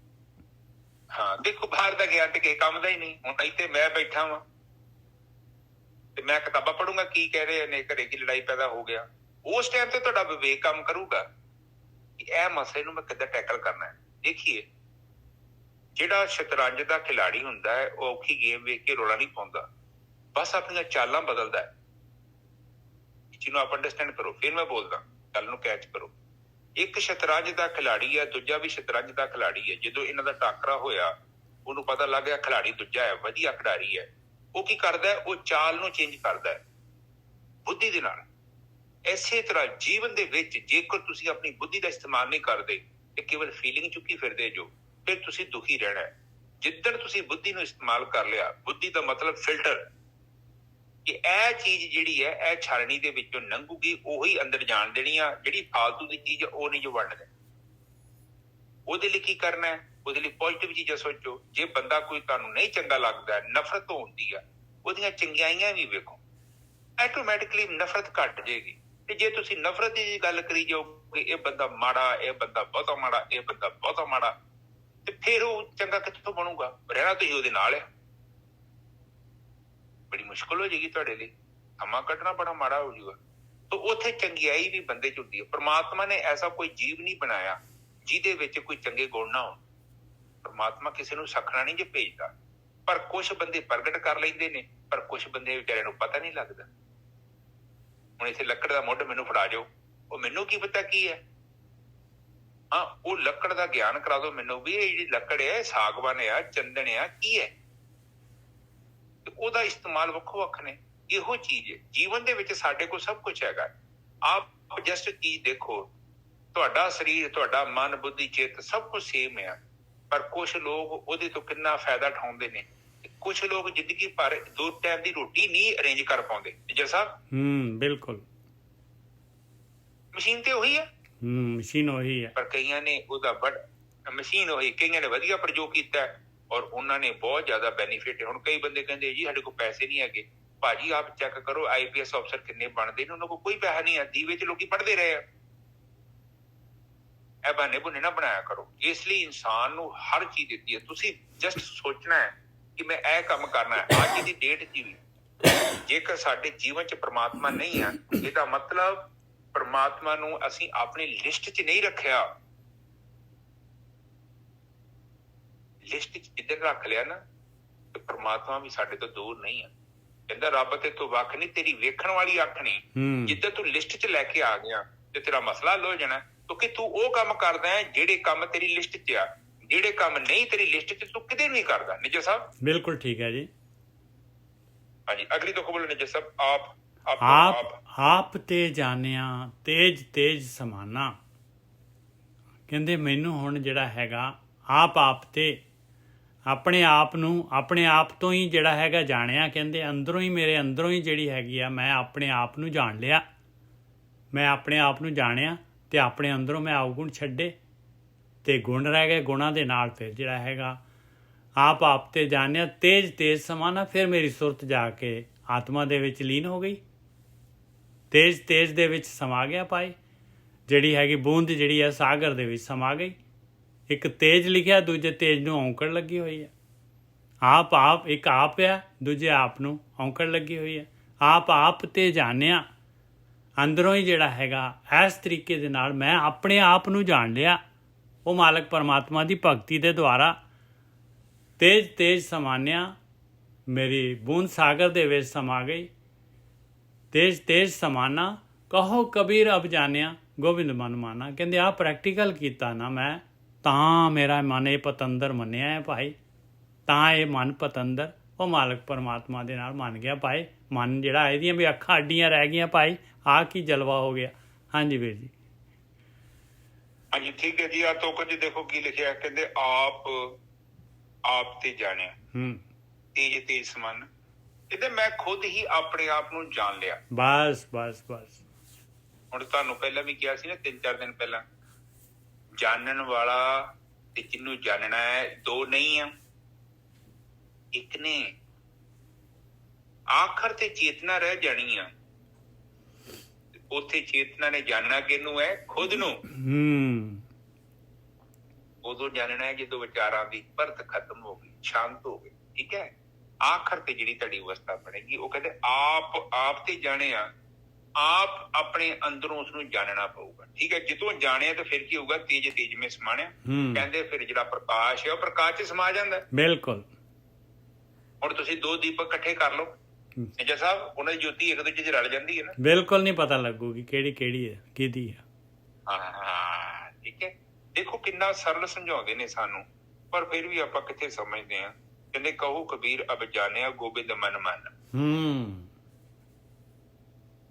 ਜਦੋਂ ਜਾਣਿਆ ਫਿਰ ਮੰਨਦਾ ਹੈ। ਬਾਣੀ ਚ ਵੀ ਲਿਖਿਆ ਜਬ ਜਾਣਾ ਤਬ ਹੀ ਮਾਨਾ। ਹਾਂ, ਨਹੀਂ ਤਾਂ ਕਿਵੇਂ ਮੰਨੂਗਾ? ਦੇਖੋ ਰੂਪ ਨਾ ਰੇਖ ਨਾ ਰੰਗ ਕੀ ਤ੍ਰੈਗੁਣ ਤੇ ਪ੍ਰਭਿੰਨ, ਉਹ ਪਰਮਾਤਮਾ ਨੂੰ ਕਿਸ ਤਰ੍ਹਾਂ ਮੰਨ ਲੂਗਾ? ਕੁਛ ਉਹਦਾ ਵੇਅਰ ਅਬਾਊਟ ਤਾਂ ਪਤਾ ਨਹੀਂ ਲੱਗਦਾ, ਨਾ ਦਿਸਦਾ ਹੈ, ਨਾ ਕੋਈ ਰੰਗ ਆ, ਨਾ ਕੋਈ ਉਹਦਾ ਸ਼ਕਲ ਕਿਸ ਤਰ੍ਹਾਂ, ਕੁਛ ਵੀ ਤਾਂ ਪਤਾ ਲੱਗ ਨਹੀਂ ਰਿਹਾ। ਹਾਂਜੀ ਵੀਰ ਜੀ। ਅੱਛਾ, ਇੱਕ ਚੀਜ਼ ਹੋਰ ਪੁਆਇੰਟ ਦੀ, ਉਹ ਕਹਿੰਦੇ ਜਬ ਜਾਣਾ ਤਬ ਮਾਨਾ। ਕਹਿੰਦੇ ਮਤਲਬ ਕਿ ਅਗਿਆਨ ਵੀ ਇਹਨੇ ਉਦੋਂ ਤਿਆਗਿਆ ਜਦੋਂ ਇਹਨੇ ਜਾਣਿਆ ਨੂੰ। ਪਹਿਲਾਂ ਫ੍ਰੀ ਚ ਜਾਣਨਾ ਵਾ। ਬਿਲਕੁਲ, ਜਦ ਪ੍ਰਕਾਸ਼ ਹੋ ਗਿਆ ਤੇ ਅਗਿਆਨ ਤਾਂ ਨਿਕਲ ਗਿਆ।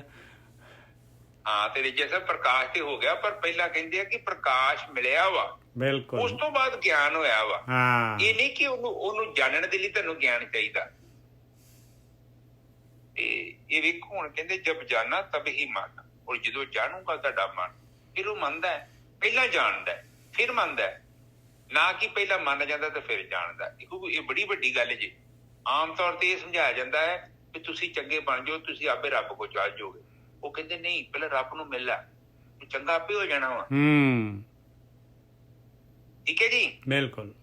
ਤੂੰ ਪ੍ਰਕਾਸ਼ ਚ ਪ੍ਰਕਾਸ਼ ਸਮਾ ਜਾਣਾ। ਤੇਰੀ ਜਿਹੜੀ ਛੋਟੀ ਜਿਹੀ ਚੇਤਨਾ ਹੈ ਉਹ ਬ੍ਰਹਮ ਚੇਤਨਾ ਚ ਸਮਾ ਜਾਏਗੀ। ਤੇ ਔਗੜ ਤੇ ਤੇਰੀ ਆਪਣੀ ਹਉਮੈ ਆ। ਹਉਮੈ ਦਾ ਜਿਹੜਾ ਰੋਗ ਆ, ਉਹਦਾ ਇਲਾਜ ਇਹੋ ਹੀ ਆ, ਭਗਤੀ ਕਰੋ ਤੇ ਪ੍ਰਕਾਸ਼ ਪ੍ਰਗਟ ਕਰੋ, ਆਪਣੇ ਆਪ ਨੂੰ ਮੁਕਤ ਕਰ ਲਓ। ਨਹੀਂ ਕਰੋਗੇ ਤੇ ਫਿਰ ਦੁਬਾਰਾ ਆਈ ਜਾਓਗੇ, ਇੱਥੇ ਘੁੰਮੀ ਜਾਓ। ਮਨਾ ਥੋੜੀ ਕਰਦਾ। ਬਿਲਕੁਲ। ਇੰਨੀ ਗੋਰਖੀ ਸਾਹਿਬ, ਇੰਨੀ ਕੀ ਗੱਲ, ਮਾਲਕ ਤਾਂ ਇੰਨਾ ਕੁ ਚਾਹੁੰਦਾ ਹੈ ਵੀ ਚਿੜੀ ਜਿਹੜੀ ਹੈਗੀ ਜੰਗਲ ਨੂੰ ਅੱਗ ਲੱਗੀ ਹੈ ਤੇ ਚਿੜੀ ਚੁੰਝ ਚ ਪਾਣੀ ਲੈਣ ਤੁਰੀ ਹੈ ਕਿ ਨਹੀਂ ਤੁਰੀ, ਬਸ। ਹਾਂ, ਬਸ ਸਾਡਾ ਕੋਈ ਲੰਮਾ ਹੈ ਨਹੀਂ ਇੱਥੇ ਕਿਰਦਾਰ। ਸਾਡਾ ਤੇ ਬਸ ਹੈਂਡ ਅਪ ਕਰਨਾ ਹੈ। ਉਹਨਾਂ ਕਹਿੰਦੇ ਪੜ੍ਹਨਾ ਚਾਹੁੰਦੇ, ਜੇ ਅਸੀਂ ਕਵਾਂਗੇ ਹਾਂਜੀ ਅਸੀਂ ਪੜ੍ਹਨਾ ਚਾਹੁੰਦੇ, ਵਿਦਿਆਰਥੀ ਬਣਨਾ ਚਾਹੁੰਦੇ ਆ। ਪਰ ਵਿਦਿਆਰਥੀ ਕੌਣ ਬਣਨਾ ਚਾਹੁੰਦਾ? ਬਣਦਾ ਤੁਹਾਡੇ ਚ ਵਿਦਿਆਰਥੀ? ਮੈਂ ਬਣੂੰਗਾ। ਕੌਣ ਸਿੱਖਣਾ ਚਾਹੁੰਦਾ ਸਾਡੇ ਚ, ਦੱਸੋ ਮੈਨੂੰ। ਗੋਰਖੀ ਸਾਹਿਬ, ਕਿਸੇ ਨੂੰ ਵੀ ਪੁੱਛ ਕੇ ਦੇਖ ਲਓ ਬਈ, ਕਿਸੇ ਨੂੰ ਵੀ, ਕੋਈ ਬੰਦੇ ਨੂੰ ਆਪਣੇ ਨੂੰ ਜਿਹੜਾ ਹੈਗਾ ਫਰੀਦ ਬਣਾਉਣਾ ਚਾਹੁੰਦਾ ਹੈ, ਕਬੀਰ ਬਣਾਉਣਾ ਚਾਹੁੰਦਾ ਹੈ ਕਿ ਨਹੀਂ ਭਾਈ, ਸਾਡਾ ਇੰਜੀਨੀਅਰ, ਡਾਕਟਰ ਤੇ ਵਕੀਲ, ਫਲਾਨਾ, ਜੱਜ, ਕੋਈ ਕਬੀਰ ਫਰੀਦ ਨਹੀਂ ਬਣਾਉਣਾ ਚਾਹੁੰਦਾ। ਕੋਈ ਭਗਤੀ ਦੇਣਾ ਹੀ ਨਹੀਂ ਚਾਹੁੰਦਾ, ਨਾ ਆਪਣੇ ਕੋਲ ਹੈਗੀ। ਹਾਂਜੀ ਵੀਰ ਜੀ। ਨਹੀਂ ਨਿੱਜਰ ਸਾਹਿਬ, ਕਿੱਥੋਂ ਦੇਣੀ ਆ? ਉਹ ਤੇ ਆਪਾਂ ਕਬੀਰ ਦੀ ਮਾਂ ਨੂੰ ਕਹਿੰਦੇ ਕਿ ਬ੍ਰਹਮ ਗਿਆਨੀ ਨੂੰ ਗਾਲਾਂ ਕੱਢੀ ਜਾਂਦੀ ਆ, ਇਹ ਨਪੂਤ ਹੈਗਾ ਜੀ, ਫਲਾਨਾ ਠਿੰਕਾ। ਤੇ ਇਹ ਤੇ ਨਿੱਜਰ ਸਾਹਿਬ, ਅਸੀਂ ਕਿਹੜਾ ਚਾਹੁੰਦੇ ਕਿ ਸਾਡੇ ਘਰੋਂ ਕੋਈ ਬ੍ਰਹਮ ਗਿਆਨੀ ਪੈਦਾ ਹੋਏ। ਹਾਂ, ਬਿਲਕੁਲ ਸਹੀ ਗੱਲ ਆ, ਬਿਲਕੁਲ ਸਹੀ ਗੱਲ ਆ। ਜੇ ਕੋਈ ਪੈਦਾ ਹੋ ਗਿਆ ਤੇ ਅਸੀਂ ਰੌਲਾ ਪਾ ਦੇਣਾ ਉਹ ਇਹ ਕਿੱਥੋਂ ਸੰਤ ਬਣ ਗਿਆ। ਇਹਨੂੰ ਤਾਂ ਠੱਗ ਬਣਨਾ ਚਾਹੀਦਾ। ਸਰਕਾਰੀ ਅਫਸਰ ਲੱਗਦਾ, ਉੱਥੇ ਪਟਵਾਰੀ ਲੱਗਦਾ ਜਾਂ ਤਹਿਸੀਲਦਾਰ ਲੱਗਦਾ, ਸ਼ਾਮੀ 5-6 ਲੱਖ ਦੀ ਉੱਥੇ ਵੱਡੀ ਲੈ ਕੇ ਆਉਂਦਾ। ਤੇ ਪਰ ਉਹ ਜੇ ਕੋਈ ਸੰਤ ਬਣ ਗਿਆ ਤੇ ਉਹਨੂੰ ਕੌਣ ਮੰਨਦਾ? ਠੀਕ ਹੈ। ਕੋਈ ਗੱਲਾਂ ਹੈਗੀਆਂ ਨੇ, ਗੱਲਾਂ ਵਿਚਾਰ ਕਰੋ। ਹਾਂਜੀ ਨਿਜਾ ਸਾਹਿਬ। ਬਸ ਜੀ, ਅੱਜ ਦੀ ਵਿਚਾਰ ਆਪਾਂ ਇੱਥੇ ਹੀ ਸਮਾਪਤ ਕਰਨੀ ਹੈ। ਸਾਧ ਸੰਗਤ ਜੀ, ਕੁਝ ਗੱਲਾਂ ਤੁਹਾਡੇ ਨਾਲ ਮੈਂ ਕੀਤੀਆਂ ਨੇ ਤੇ ਉਹਨਾਂ ਤੇ ਵਿਚਾਰ ਕਰੋ, ਕਿਉਂਕਿ ਵਿਚਾਰ ਕਰੋਗੇ ਤੇ ਤੁਹਾਨੂੰ ਗਿਆਨ ਹੋਊਗਾ। ਜੇ ਤੁਸੀਂ ਵਿਚਾਰ ਹੀ ਨਹੀਂ ਕੀਤਾ ਤੇ ਗਿਆਨ ਕਿੱਥੋਂ ਹੋਣਾ? ਪਹਿਲਾਂ ਆਪਣੀ ਬੁੱਧੀ ਨੂੰ ਲੈ ਕੇ ਆਉਣਾ, ਫੀਲਿੰਗ ਬਾਅਦ ਚ ਲਿਆਉਣੀ ਆ। ਜੇਕਰ ਆਪਾਂ ਸੁਖੀ ਹੋਣਾ ਚਾਹੁੰਦੇ, ਜੇ ਦੁਖੀ ਹੋਣਾ ਚਾਹੁੰਦੇ ਆ, ਫਿਰ ਤਾਂ ਕਰੋ ਪਹਿਲਾਂ ਫੀਲਿੰਗ ਲਿਆਓ ਤੇ ਬੁੱਧੀ ਬਾਅਦ ਚ ਲਿਆਓ। ਬੁੱਧੀ ਆਉਣੀ ਨਹੀਂ ਫਿਰ ਗੋਰਖੀ ਸਾਹਿਬ, ਬੁੱਧੀ ਨਹੀਂ ਆਉਣੀ ਫਿਰ। ਹਾਂ, ਬੁੱਧੀ ਤੇ ਆਉਣੀ ਕਿੱਥੋਂ? ਬੁੱਧੀ ਨੂੰ ਤਾਂ ਖੁੱਡੇ ਲਾ ਦੇਣਾ ਅਗਲੇ। ਜਦੋਂ ਖੁੱਡੇ ਲੱਗੀ ਤੇ ਫਿਰ ਰੋਈ ਜਾਓ, ਕਲਪੀ ਜਾਓ, ਫਿਰ ਕਹੀ ਜਾਓ ਕਿ ਦੁਨੀਆ ਬੜੀ ਗੰਦੀ ਆ, ਦੁਨੀਆ ਬਹੁਤ ਮਾੜੀ ਆ। ਉਹਨਾਂ ਨੇ ਫਿਰ ਲੋਕਾਂ ਨੇ ਕਹਿਣਾ ਵੀ ਦੇਖ, ਛੋਟੀਆਂ ਜਿਹੀਆਂ ਮੱਛੀਆਂ ਨੇ, ਪੈਂਗੁਇਨ ਹੈਗੀਆਂ ਨੇ, ਕੋਈ ਇਹਨਾਂ ਦੇ ਵਧੀਆ ਹੱਥ ਹੁੱਥ ਵੀ ਨਹੀਂ ਹੈਗੇ, ਕਿੱਦਾਂ ਬਰਫੀਲੇ ਇਲਾਕਿਆਂ 'ਚ ਸਰਵਾਈਵ ਕਰ ਜਾਂਦੀਆਂ। ਤੇ ਤੂੰ ਸਿਆਣਾ ਬਣਾ, ਤੇਰੇ ਕੋਲ ਇੰਨੀ ਟੈਕਨੀਕ ਆ, ਇੰਨੀਆਂ ਵਧੀਆ ਇੰਦਰੀਆਂ, ਇੰਨੀ ਵਧੀਆ ਤੇਰੇ ਕੋਲ ਬੁੱਧੀ ਆ, ਐਵੇਂ ਇਸ ਕੰਧਾਂ 'ਚ ਸਿਰ ਮਾਰੀ ਜਾਂਦਾ, ਐਵੇਂ ਖੁੰਗੀਆਂ 'ਚ ਕੱਪੜੇ ਅੜਾ ਕੇ ਪਾੜੀ ਜਾਂਦਾ। ਮੇਜਰ ਸਾਹਿਬ ਬਿਲਕੁਲ ਸਹੀ ਗੱਲ ਹੈ, ਐਵੇਂ ਹੀ ਕਰਦੇ ਹਾਂ। ਤੇ ਅੜਾ ਕੇ ਤੇ ਆਪਾਂ ਇਹ ਸੋਚਦੇ ਆ ਕਿ ਜ਼ਹਿਰ ਆਪਾਂ ਖਾਂਦੇ ਆ ਤੇ ਮਰ ਕੋਈ ਦੂਜਾ ਜਾਵੇ, ਤੇ ਮਰਨਾ ਤੇ ਨਹੀਂ ਏਦਾਂ ਕਿਸੇ ਨੇ, ਠੀਕ ਨੇ ਜੀ ਸਾਹਿਬ। ਬਿਲਕੁਲ, ਜ਼ਹਿਰ ਆਪਾਂ ਮਰਨਾ ਤਾਂ ਆਪਾਂ ਹੀ ਆ। ਠੀਕ ਹੈ ਜੀ, ਇਕਬਾਲ ਜੀ ਬੰਦ ਕਰ ਦਿਓ ਥੋੜਾ ਮਾਈਕ।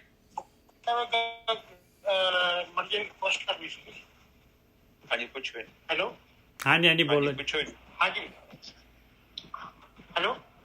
ਹਾਂਜੀ ਪੁੱਛੋ ਜੀ, ਤੁਹਾਡੀ ਆਵਾਜ਼ ਆ ਰਹੀ ਹੈ। ਅੱਛਾ, ਇਹ ਸਰ ਜੀ 5-6 ਮਿੰਟ ਪਹਿਲਾਂ ਨਾ ਮੇਰੇ ਖੱਬੇ ਪਾਸੇ ਦਿਲ ਵਾਲੇ ਪਾਸੋਂ ਠੰਡੀ ਲੀਕ ਜੀ ਬਣ ਕੇ ਥੱਲੇ ਗਈ, ਫਿਰ ਉੱਪਰ ਨੂੰ ਆ ਗਈ। ਹਾਂਜੀ ਹਾਂਜੀ, ਇਹ ਕੀ ਚੱਕਰ ਬਣਿਆ? 5-6 ਮਿੰਟ ਪਹਿਲਾਂ ਦੀ ਗੱਲ ਹੈ ਇਹ। ਹਾਂ ਉਹੀ એનર્ਜੀ ਦੇ ਦੋ ਕੇਂਦਰ ਹੁੰਦੇ, ਇੱਕ ਗਰਮ ਤੇ ਇੱਕ ਠੰਡਾ। ਜਿਹੜਾ ਠੰਡਾ ਹੁੰਦਾ ਨਾ ਉਹ ਤੁਹਾਨੂੰ ਠੰਡ ਪਾ ਦਿੰਦਾ। ਹਾਂਜੀ, ਉਹ ਥੱਲੇ ਨੂੰ ਜਾ ਕੇ ਫਿਰ ਉੱਪਰ ਨੂੰ ਆ ਗਈ ਸੀ। ਦਿਲ ਦੇ ਕੋਲੋਂ ਦੀ ਥੱਲੇ ਨੂੰ ਗਈ, ਥੱਲੇ ਜਾ ਕੇ ਧੁੰਨੀ ਦੇ ਕੋਲੋਂ ਦੀ ਹੋ ਕੇ ਫਿਰ ਵਾਪਸ ਉੱਪਰ ਆ ਗਈ। ਹਾਂਜੀ, ਉਹ ਲਗਾਤਾਰ ਹੀ ਅਵਸਥਾ ਬਣੀ ਰਹਿੰਦੀ, ਟੁੱਟਦੀ ਨਹੀਂ ਮੁੜ ਕੇ। ਜਦੋਂ ਇਹ ਨਾ ਬਾਰ-ਬਾਰ ਫਿਰ ਉਹ ਠੰਡਾ ਪ੍ਰਕਾਸ਼ ਚੱਲਦਾ ਰਹਿੰਦਾ। ਮਸਤਕ ਦੇ ਵਿੱਚ ਵੀ ਠੰਡੀਰ ਜੀ ਰਹਿਣੀ ਆ, ਤੁਹਾਡੇ ਢਿੱਡ 'ਚ ਵੀ ਠੰਡੀ ਰਹਿਣੀ ਆ, ਤੁਹਾਡਾ ਪੇਟ ਠੰਡਾ ਰਹੇਗਾ। ਹਾਂਜੀ, ਨਹੀਂ ਉਸ ਤੋਂ ਇੱਕੋ ਵਾਰੀ ਹੋਇਆ ਮੈਨੂੰ, ਉਸ ਤੋਂ ਬਾਅਦ ਨਹੀਂ ਫਿਰ ਹੋਇਆ। ਉਹ ਕੋਈ ਨਹੀਂ, ਉਹ ਜਿਹੜੀ ਚੀਜ਼ ਹੈ ਨਾ, ਉਹ ਵੈਸੇ ਉਹ ਪ੍ਰਾਣ ਊਰਜਾ ਹੀ ਹੈ ਤੁਹਾਡੀ। ਪ੍ਰਾਣ ਗਰਮ ਤੇ ਠੰਡੇ, ਜਿੱਦਾਂ ਆਪਣੇ ਘਰਾਂ 'ਚ ਦੋ ਪ੍ਰਕਾਸ਼ ਯੂਜ਼ ਹੁੰਦੇ ਨਾ, ਤੱਤਾ ਤੇ ਠੰਡਾ, ਉਹ ਹਿਸਾਬ ਸਾਡਾ ਹੈ। ਪ੍ਰਾਣ ਊਰਜਾ ਜਿਹੜੀ ਗਰਮ ਤੇ ਠੰਡੀ ਆ, ਉਹ ਕਿਤੇ ਪ੍ਰਚੰਡ ਰੂਪ 'ਚ ਪ੍ਰਗਟ ਹੋਈ, ਉਹਦਾ ਅਨੁਭਵ ਤੁਹਾਨੂੰ ਹੋਇਆ। ਠੀਕ ਹੈ ਜੀ, ਠੀਕ ਹੈ ਸਰ ਜੀ, ਥੈਂਕ ਯੂ। ਓਕੇ। ਬਾਕੀ ਉਹ ਤੋਂ ਬਿਨਾਂ ਤੁਸੀਂ ਸਮਾਧੀ 'ਚ ਨਹੀਂ ਜਾ ਸਕਦੇ। ਸਭ ਤੋਂ ਪਹਿਲਾਂ ਜਿਹੜੀ ਤੁਹਾਨੂੰ ਸਮਾਧੀ ਮਿਲਦੀ ਹੈ, ਨਿਰਵਿਚਾਰ ਸਮਾਧੀ, ਉਹ ਤੁਹਾਨੂੰ ਈੜਾ 'ਚ ਵੀ ਮਿਲਦੀ ਹੈ, ਕਿਉਂਕਿ ਪਿੰਗਲਾ ਦੀ ਸਮਾਧੀ ਕਾਫੀ ਪਾਵਰਫੁਲ ਹੁੰਦੀ ਹੈ। ਉਹ ਗਰਮ ਪ੍ਰਕਾਸ਼ ਦੀ ਸਮਾਧੀ ਹੁੰਦੀ ਆ। ਸੰਸਕਾਰ ਜਿਹੜੇ ਤੁਹਾਡੇ ਪਿੰਗਲਾ 'ਚ ਹੀ ਨਸ਼ਟ ਹੋਣੇ। ਈੜਾ ਤੁਹਾਨੂੰ ਵੈਸੇ ਫ੍ਰੀ 'ਚ ਸਮਾਧੀ 'ਚ ਲੈ ਜਾਂਦੀ ਹੈ, ਬਿਨਾਂ ਜਪ ਤਪ ਤੋਂ ਵੀ, ਥੋੜੀ ਭਗਤੀ ਤੇ ਵੀ ਲੈ ਜਾਂਦੀ ਹੈ। ਪਿੰਗਲਾ ਜਿਹੜੀ ਆ ਉਹ ਤੁਹਾਡੇ ਚਿੱਤ ਦੀ ਸ਼ੁੱਧੀ ਕਰਦੀ ਹੈ, ਕਿਉਂਕਿ ਉਸਨੇ ਅੰਦਰੋਂ ਜਿਹੜੇ ਤੁਹਾਡੇ ਅੰਦਰ ਸੰਸਕਾਰ ਇਕੱਠੇ ਹੋਏ ਆ, ਉਹਨਾਂ ਨੂੰ ਨਸ਼ਟ ਕਰ। ਸੋ ਅੱਜ ਦੀ ਵਿਚਾਰ ਆਪਾਂ ਇੱਥੇ ਸਮਾਪਤ ਕਰੀਏ। ਹਾਂਜੀ। ਏਕ ਓਂਕਾਰ ਸਤਿਨਾਮ ਕਰਤਾ ਪੁਰਖ ਨਿਰਭਉ ਨਿਰਵੈਰ ਆਕਾਲ ਮੂਰਤਿ ਜੁਨੀ ਸੈਭੰ ਗੁਰ ਪ੍ਰਸਾਦ। ਇਹ ਮੇਰੇ ਪਿਤਾ ਗਰੀਬ ਨਵਾਜ ਮਿਹਰ ਕਰੋ। ਬਾਣੀ ਪੜ੍ਹਦੇ ਆ, ਵਿਚਾਰ ਕਰਦੇ ਆ, ਬਾਣੀ ਸਰਵਣ ਕਰਦੇ ਨੇ, ਕਈ ਪ੍ਰਕਾਰ ਦੀਆਂ ਭੁੱਲਾਂ ਹੋ ਗਈਆਂ, ਗਲਤੀਆਂ ਹੋ ਗਈਆਂ, ਨਿਦਾਨ ਵਿੱਚ ਮਾਫ ਕਰੋ। ਤੇ ਤੋਂ ਬਾਣੀ ਪੜ੍ਹਨ ਦੀ ਆਗਿਆ ਬਖਸ਼ੇ। ਮੇਰੇ ਪਿਤਾ ਜੀ ਨੇ ਸੰਗਤਾਂ ਦੇ ਘਰਾਂ ਵਿੱਚ ਸ਼ਾਂਤੀ ਬਖਸ਼ਣੀ, ਸੁੱਖ ਬਖਸ਼ਣਾ, ਤੇ ਲੋਕਤਾ ਬਖਸ਼ਣੀ। ਅਸੀਂ ਸਾਰੇ ਨਿਰਵਿਚਾਰ ਸਮਾਧੀ 'ਚ ਪ੍ਰਵੇਸ਼ ਕਰਨਾ ਚਾਹੁੰਦੇ ਹਾਂ। ਮਿਹਰ ਕਰੋ ਮੇਰੇ ਮਾਲਿਕ। ਵਾਹਿਗੁਰੂ ਜੀ ਕਾ ਖਾਲਸਾ, ਵਾਹਿਗੁਰੂ ਜੀ ਕੀ ਫਤਿਹ। ਵਾਹਿਗੁਰੂ ਵਾਹਿਗੁਰੂ। ਹਾਂ, ਇਕਬਾਲ ਜੀ ਮਾਈਕ ਬੰਦ ਕਰ ਦਿਓ। ਵਾਹਿਗੁਰੂ ਵਾਹਿਗੁਰੂ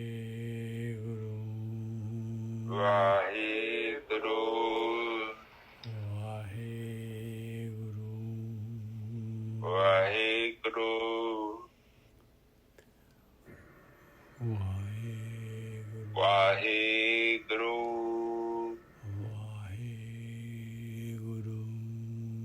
ਵਾਹਿਗੁਰੂ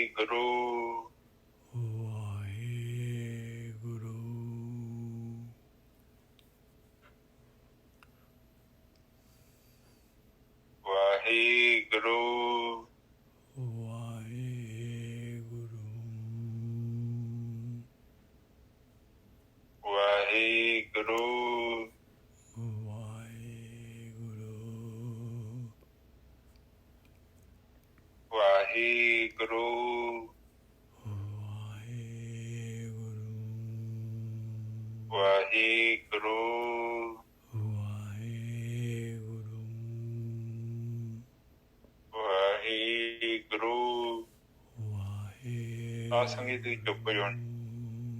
ਵਾਹਿਗੁਰੂ ਵਾਹਿਗੁਰੂ ਵਾਹਿਗੁਰੂ ਵਾਹਿਗੁਰੂ ਵਾਹਿਗੁਰੂ ਵਾਹਿਗੁਰੂ। ਵਾਹਿਗੁਰੂ ਜੀ ਕਾ ਖਾਲਸਾ, ਵਾਹਿਗੁਰੂ ਜੀ ਕੀ ਫਤਿਹ।